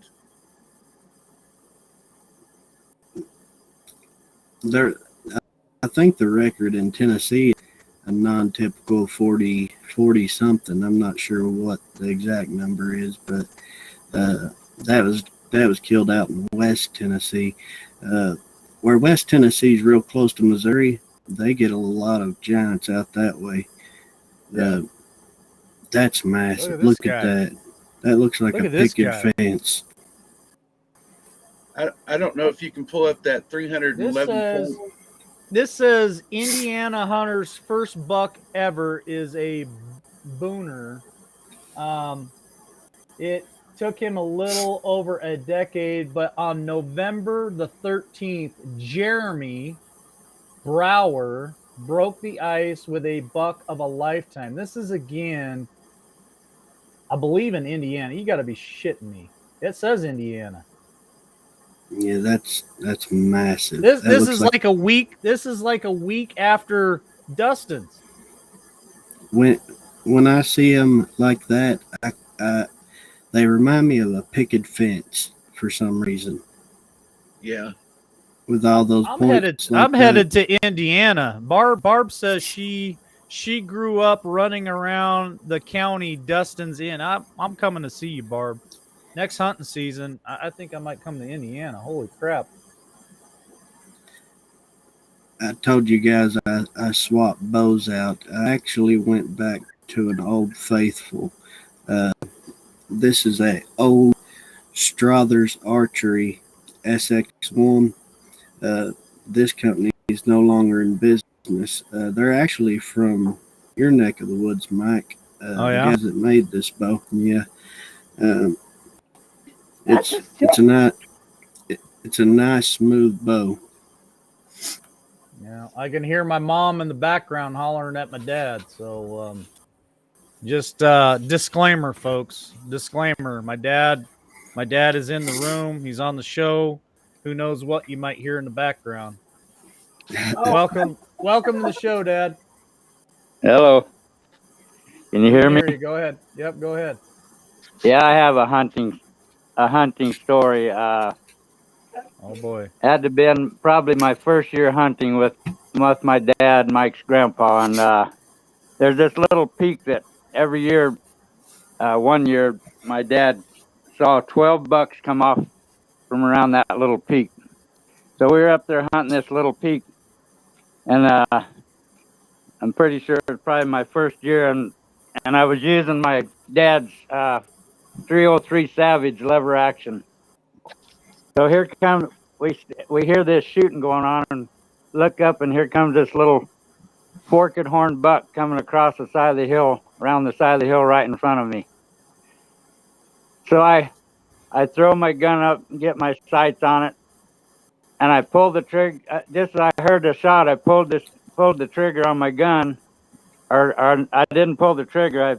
I worked the lever and threw in another shell, and then about that time somebody else went boom again, and I pulled the lever and threw a shell out. And I did that about 3 or 4 times, and and the buck went on around the side of the hill, and I looked down on the ground, and all my shells, unfired shells, were laying on the ground right at my feet.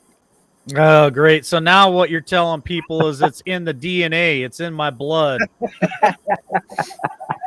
I couldn't believe it. Every time I heard somebody shoot, I had buck fever so bad, I guess, that every time I heard somebody else shoot, I thought it was me, and I thought I was throwing the empty shell casing out and reloading. Hey, it happens. Buck fever is a real thing. That's Yes, a true it is. story. Yes, it is. So Honestly, anyway, just guys, wanted to hop in there and tell that story about my experience of getting buck fever. So Well, I'm at gonna least back yours is out better. of here and At least yours is better than mine. At least you had some sound with yours. I didn't have any sound. Mine was on mute. So, yeah. all right. Thanks, Dad. Appreciate it.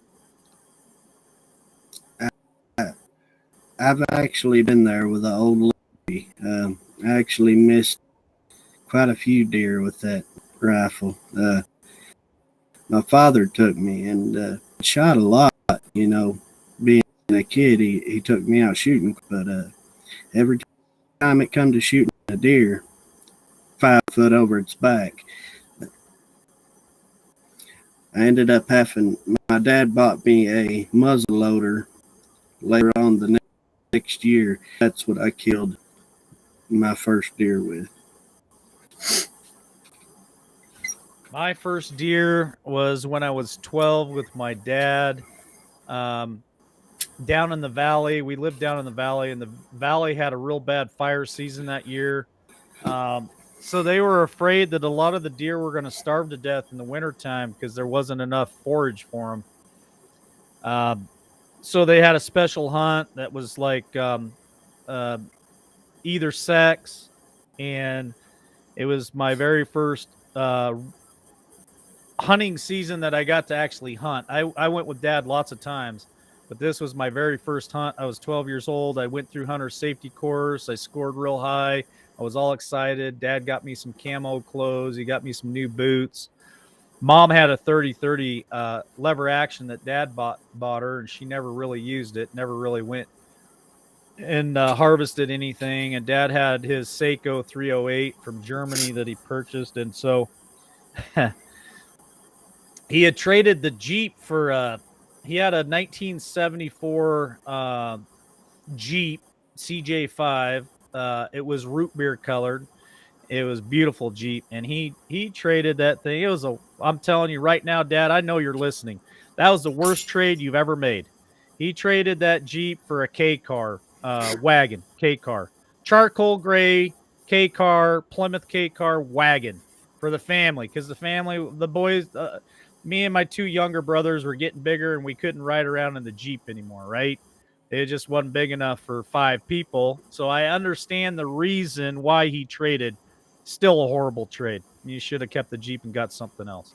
Anyway, we take the K car out. We go out to the desert to what they call the Butte. Then we get out and we start hiking in it. And we hiked all day and finally ran on a herd of deer. And they come, we were kind of up on a ledge and they came down below us. Anyway, long story short, I harvested my first deer. It was a doe. Dad shot one at the same time. And I've told this story before. We couldn't figure out how we were going to drag these 2 deer out to the K car. So Dad left me there. My father left a 12-year-old boy in the middle of the desert by himself. And he went to try to go find some help. Found out that we had crossed into private property, and there was some farm hands down there with a tractor that came and helped us haul the deer back to the car, threw them in the back of the K car. But I remember I had my Rambo knife, and the coyotes were howling. I had my gun, my Rambo knife. I was just getting ready to, I thought I was going to have to just, a 12-year-old kid. I thought I was Rambo, and I thought I was going to have to spend the night out in the woods. I thought Dad wasn't coming back for a while, so I had my Rambo knife. I was going to start a fire. I was going to cut a I was gonna cut a steak off the deer and eat, and live like Rambo, man. That's what I thought until I could hear the tractor coming in the distance right at dusk. I didn't have to start a fire or nothing. Dad made it back, but yeah, that was my very first deer that I ever took was a doe with Dad, and it was something I'll never forget. Yeah, as a kid, that's how you look at it too. You feel like you're Rambo. Just Oh, absolutely, absolutely, man. I had that I knife remember forever. I got an old backpack from one of my neighbors. It was a camo backpack. He gave because he had heard that I got my hunter safety done, and my dad was taking me hunting, and it had an old face paint pack in it, and it had brown, green, and black. And I thought you had to put that face paint on. I had a big Bowie knife like you're talking about. I had to pack it on my. Yeah. I think that's what every kid feels like when they go out there. It's Yeah. a beautiful thing, really. And you bring up such a great point, Reaper. I just told that story of my very first hunting time when I was 12, and there's a story before that when I was, I don't know, obviously before I was 12, where Dad took me elk hunting, and I heard crashing through the woods, and I got scared. I was ready to go back to the truck. But my point is you people listening right now, you have no idea how profound of an impression that you can make on a young person's life if you choose to either take your sons and daughters out, or if you choose to take your grandchildren out, or if you choose to be a mentor or big brother, big sister to children who don't get that opportunity to go out and either hunt, fish, camp, hike, be in the great outdoors for any reason.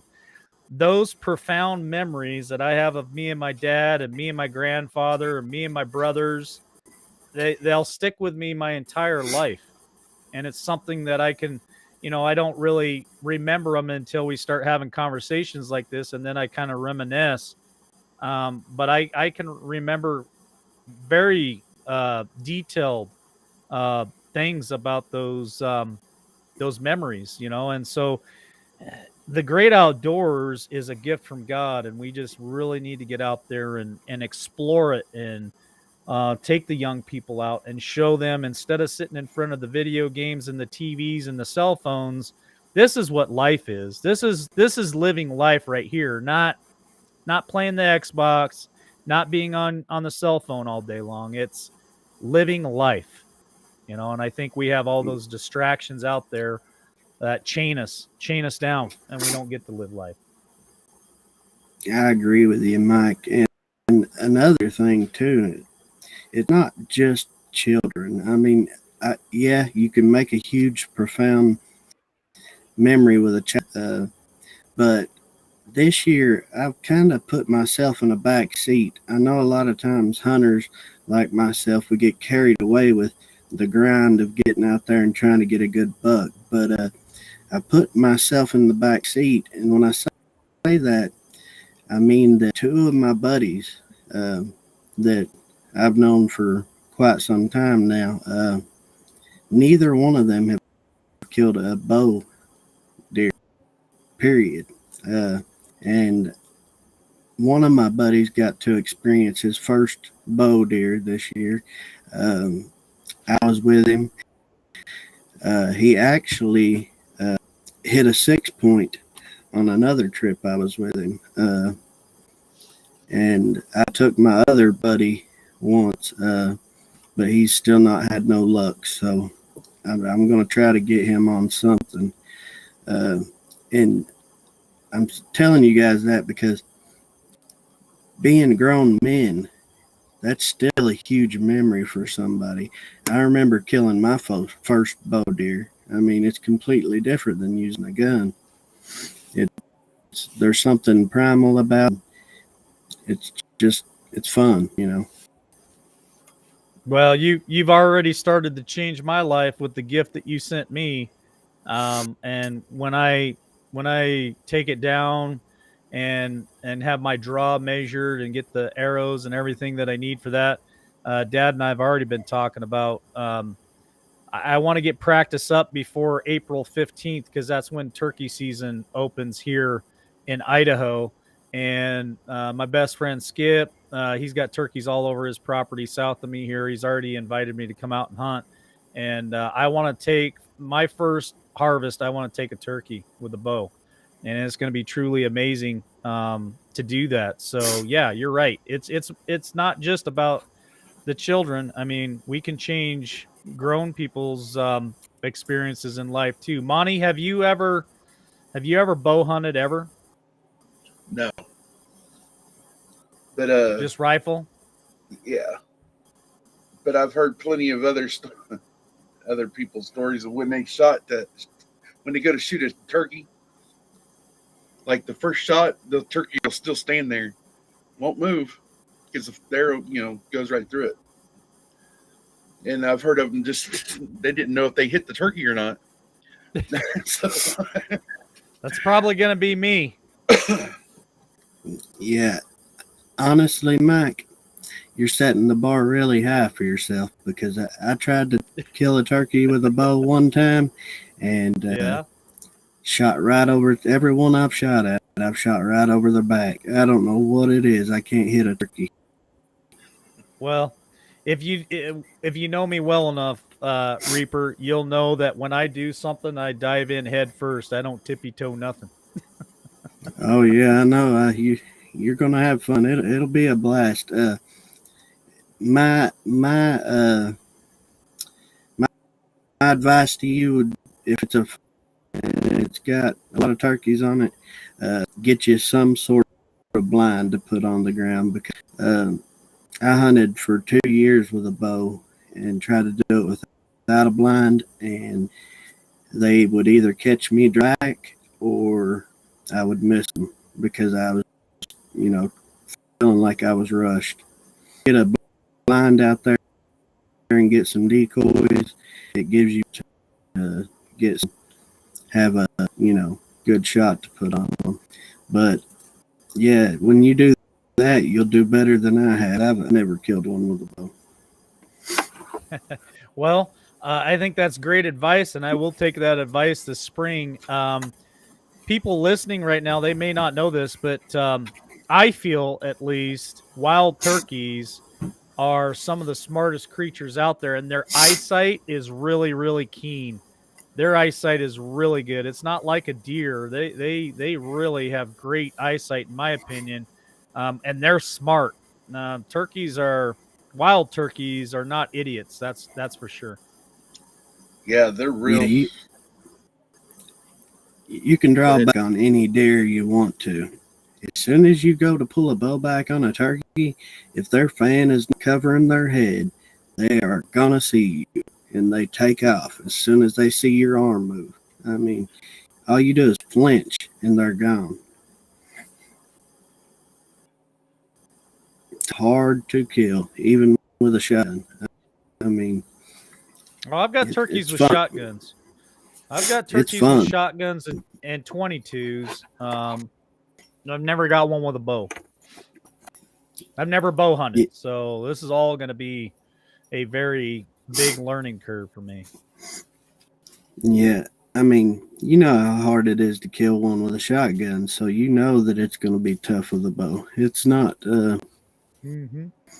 I mean, if I was going to recommend somebody, like, for instance, people listening to us, if I was going to recommend them to go hunt, my first hunt for them would probably be a squirrel hunt, and then move up to a deer or something, and leave turkey for the top shelf because turkeys are hard to kill.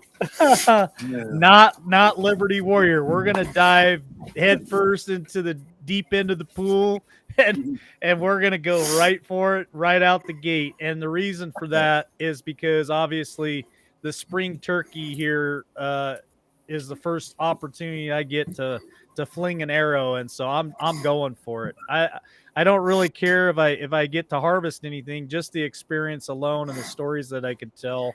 I'm looking forward to that. So it might take me a couple years, a few years before I get good enough to maybe get one of those things with an arrow, but I'm definitely going to try. I'm not a quitter. I'm going to try. I think you'll get one, Mike. You'll probably get one this year. You're experienced in hunting turkeys, so you know quite a bit about them. My advice just goes to people that have never hunted a turkey before. They are hard to kill. They are very hard to kill. My first turkey hunt, my first turkey 2-year turkey hunting was with a bow, and I went 2 years birdless. I didn't kill one bird. My first year with a shotgun, I killed one. So, and that's all I killed was one. They're hard to kill, you know. It's not, that's tough hunting when you can kill a turkey. Canadian Patriot says take a 410 with you just in case. Hey, my buddy Skip, he's got turkeys. He's got a black bear problem out on his property. He's got deer. He's got elk. He's what did he tell me the other day? I know he's got 350 acres of his property that butts up to National Forest or BLM or something like that, where he's got another 200 on top of that. So 550 acres that we can hunt. So whenever you want to come out, Reaper, we can do a spring turkey hunt here together, spring bear hunt too. There's spring bear here. A lot of hunting around here. What I was going to ask you is if I know a lot of Western states have a spring bear hunt, and that's what I was going to ask you is if Idaho had one. That right there is a bucket list hunt for me too. Well, on the East Coast, we don't get that bears. Well, let's plan a trip, because where I live is all, I would say, real close to the capital of black bear hunting in the state of Idaho.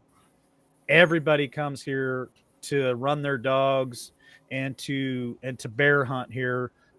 People take bear with their pistols, with their bows. Just depends on what they're looking for. We have cats here too that they usually, that season starts January. I think the 1st of January they hunt mountain lions here with dogs. And I got friends with dogs. I just seen Jesse the other day, yesterday I think it was, in his yard. I'm gonna swing by and talk to him. I've got here in my town, I got another gentleman who goes on hunts all over the world. He's written several books. He's a couple years older than me. I played basketball and football with him. I noticed Adam liked my Facebook page the other day, and he's a big trout fisherman here in Idaho. I'm going to get a hold of him, see if I can get him to come on the show.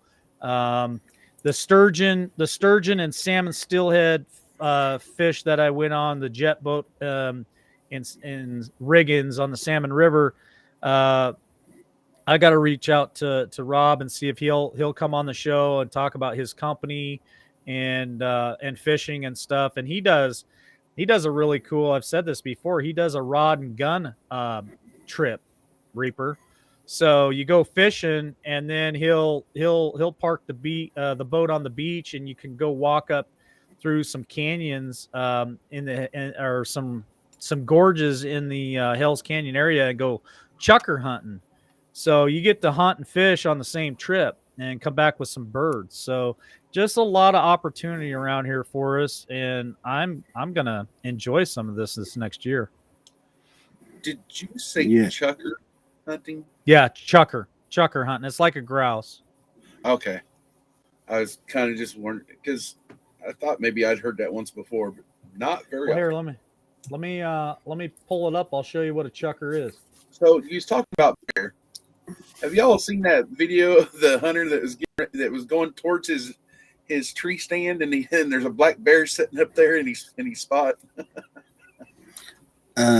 I've not seen that one, but I've actually seen a video where the bear climbs up the tree with the bow hunter and gets about 2 foot away from him and Yeah, I've seen that smells too. him and then jumps off the tree when it Yeah. smells him.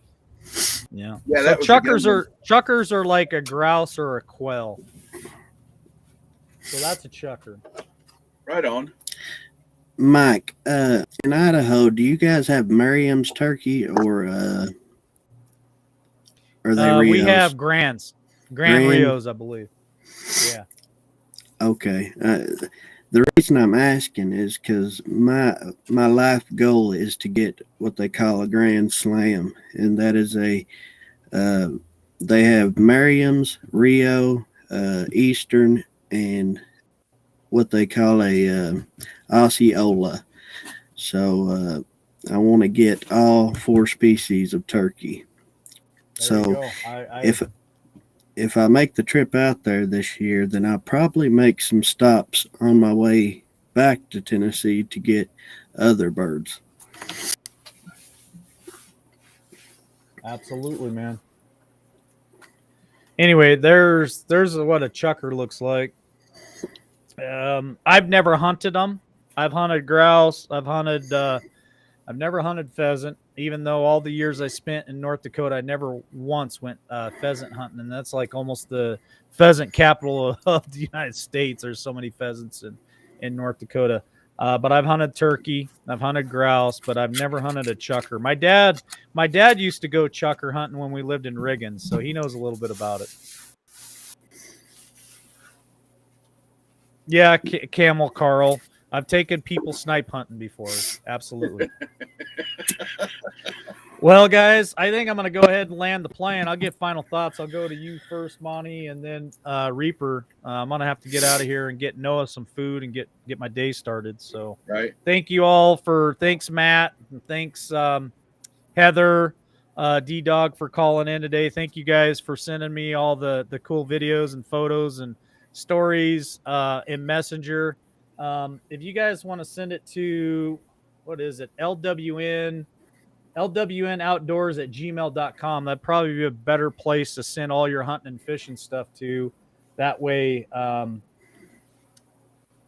can have it in one spot. The other email gets filled up and Messenger gets filled up pretty quick. So if you guys want to send me your stories and stuff to LWNoutdoors@gmail.com, that'd be a better place to send it. But final thoughts, gentlemen? Western Kansas is known for its pheasants and stuff. They're pretty good size out there.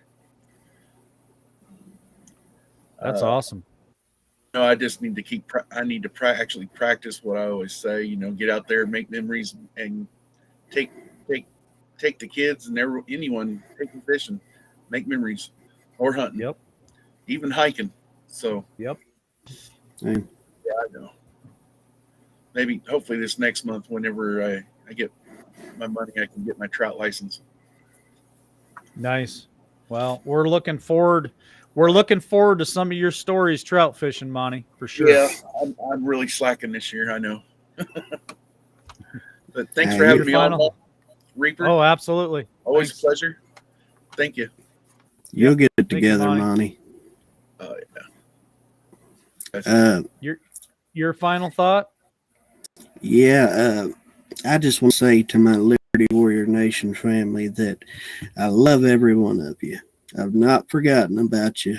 There'll probably be another Saturday or two that I end up not being able to get on here because it's deer from season. a tree. He's gonna be swinging from a tree like Tarzan. But I just want to say I've not forgot any of you. I love every one of you. Get out there, take a kid hunting, take them out hiking, take a friend that has never done it before, because you can change people's lives with the outdoors. It don't have to be hunting if you're not into hunting. Just get them out there, show them a healthy, positive hobby. And Travis, you're going to have to get my number from Mike. But anyway, get out there, enjoy the outdoors, and I love every one of you. Well, thanks for that final thought. I see Rocky Mountain. Rocky Mountain's still in here. I know he put in there that he got a nice 6x6 bull elk. If you guys, there's my email. If you guys would send your photos, your stories and stuff to that email, that'll help me keep it separated from the big show. I promise you, I get so many emails in the big show that stuff gets lost. So if you guys can start sending all that stuff to lwnoutdoors@gmail.com, I can keep the two shows separated, because I'd really like to see your picture of your elk there, Rocky Mountain. I think that's just totally amazing. But yeah, I agree with what Reaper's saying. We say it every weekend on this show. Just get out, get outdoors. You don't have to be a hunter. You don't have to be a fisherman to enjoy a great hobby of exploring the woods. I got friends who enjoy going and looking for hot springs. That's their hobby. I got friends who enjoy just going for a hike. There are people that watch this show that are into metal detecting. My brother and I like, searching for gold. There's so many activities out there that you can do in the great outdoors, even in the wintertime. You can snowshoe, you can cross country ski, you can snowmobile, you can snowboard, downhill ski, ice fish. There's so many things that you can do all 12 months out of the year instead of sitting in front of the old boob tube or the Xbox or your phones. And get out there and make some memories and enjoy life. Breathe in that fresh air. So thanks for joining us this weekend. We really appreciate it. Like Reaper said, he's probably going to be hanging from the tree in the next couple of weeks, but he's recording stuff, so we should have some stuff to show you guys here soon on his hunts, and we're looking forward to that. So I hope you all have a great weekend. We'll see you tonight at 8 Eastern, 7 Central, 6 Mountain Time. You got anything else there, Reaper? No, sir. Have a good day, everybody. All right, brother. Hope you get rested up well, and good luck on your hunt, man. I hope you send me a picture here real soon. Oh, I definitely will. All right, man. We'll talk to you soon. See you guys later.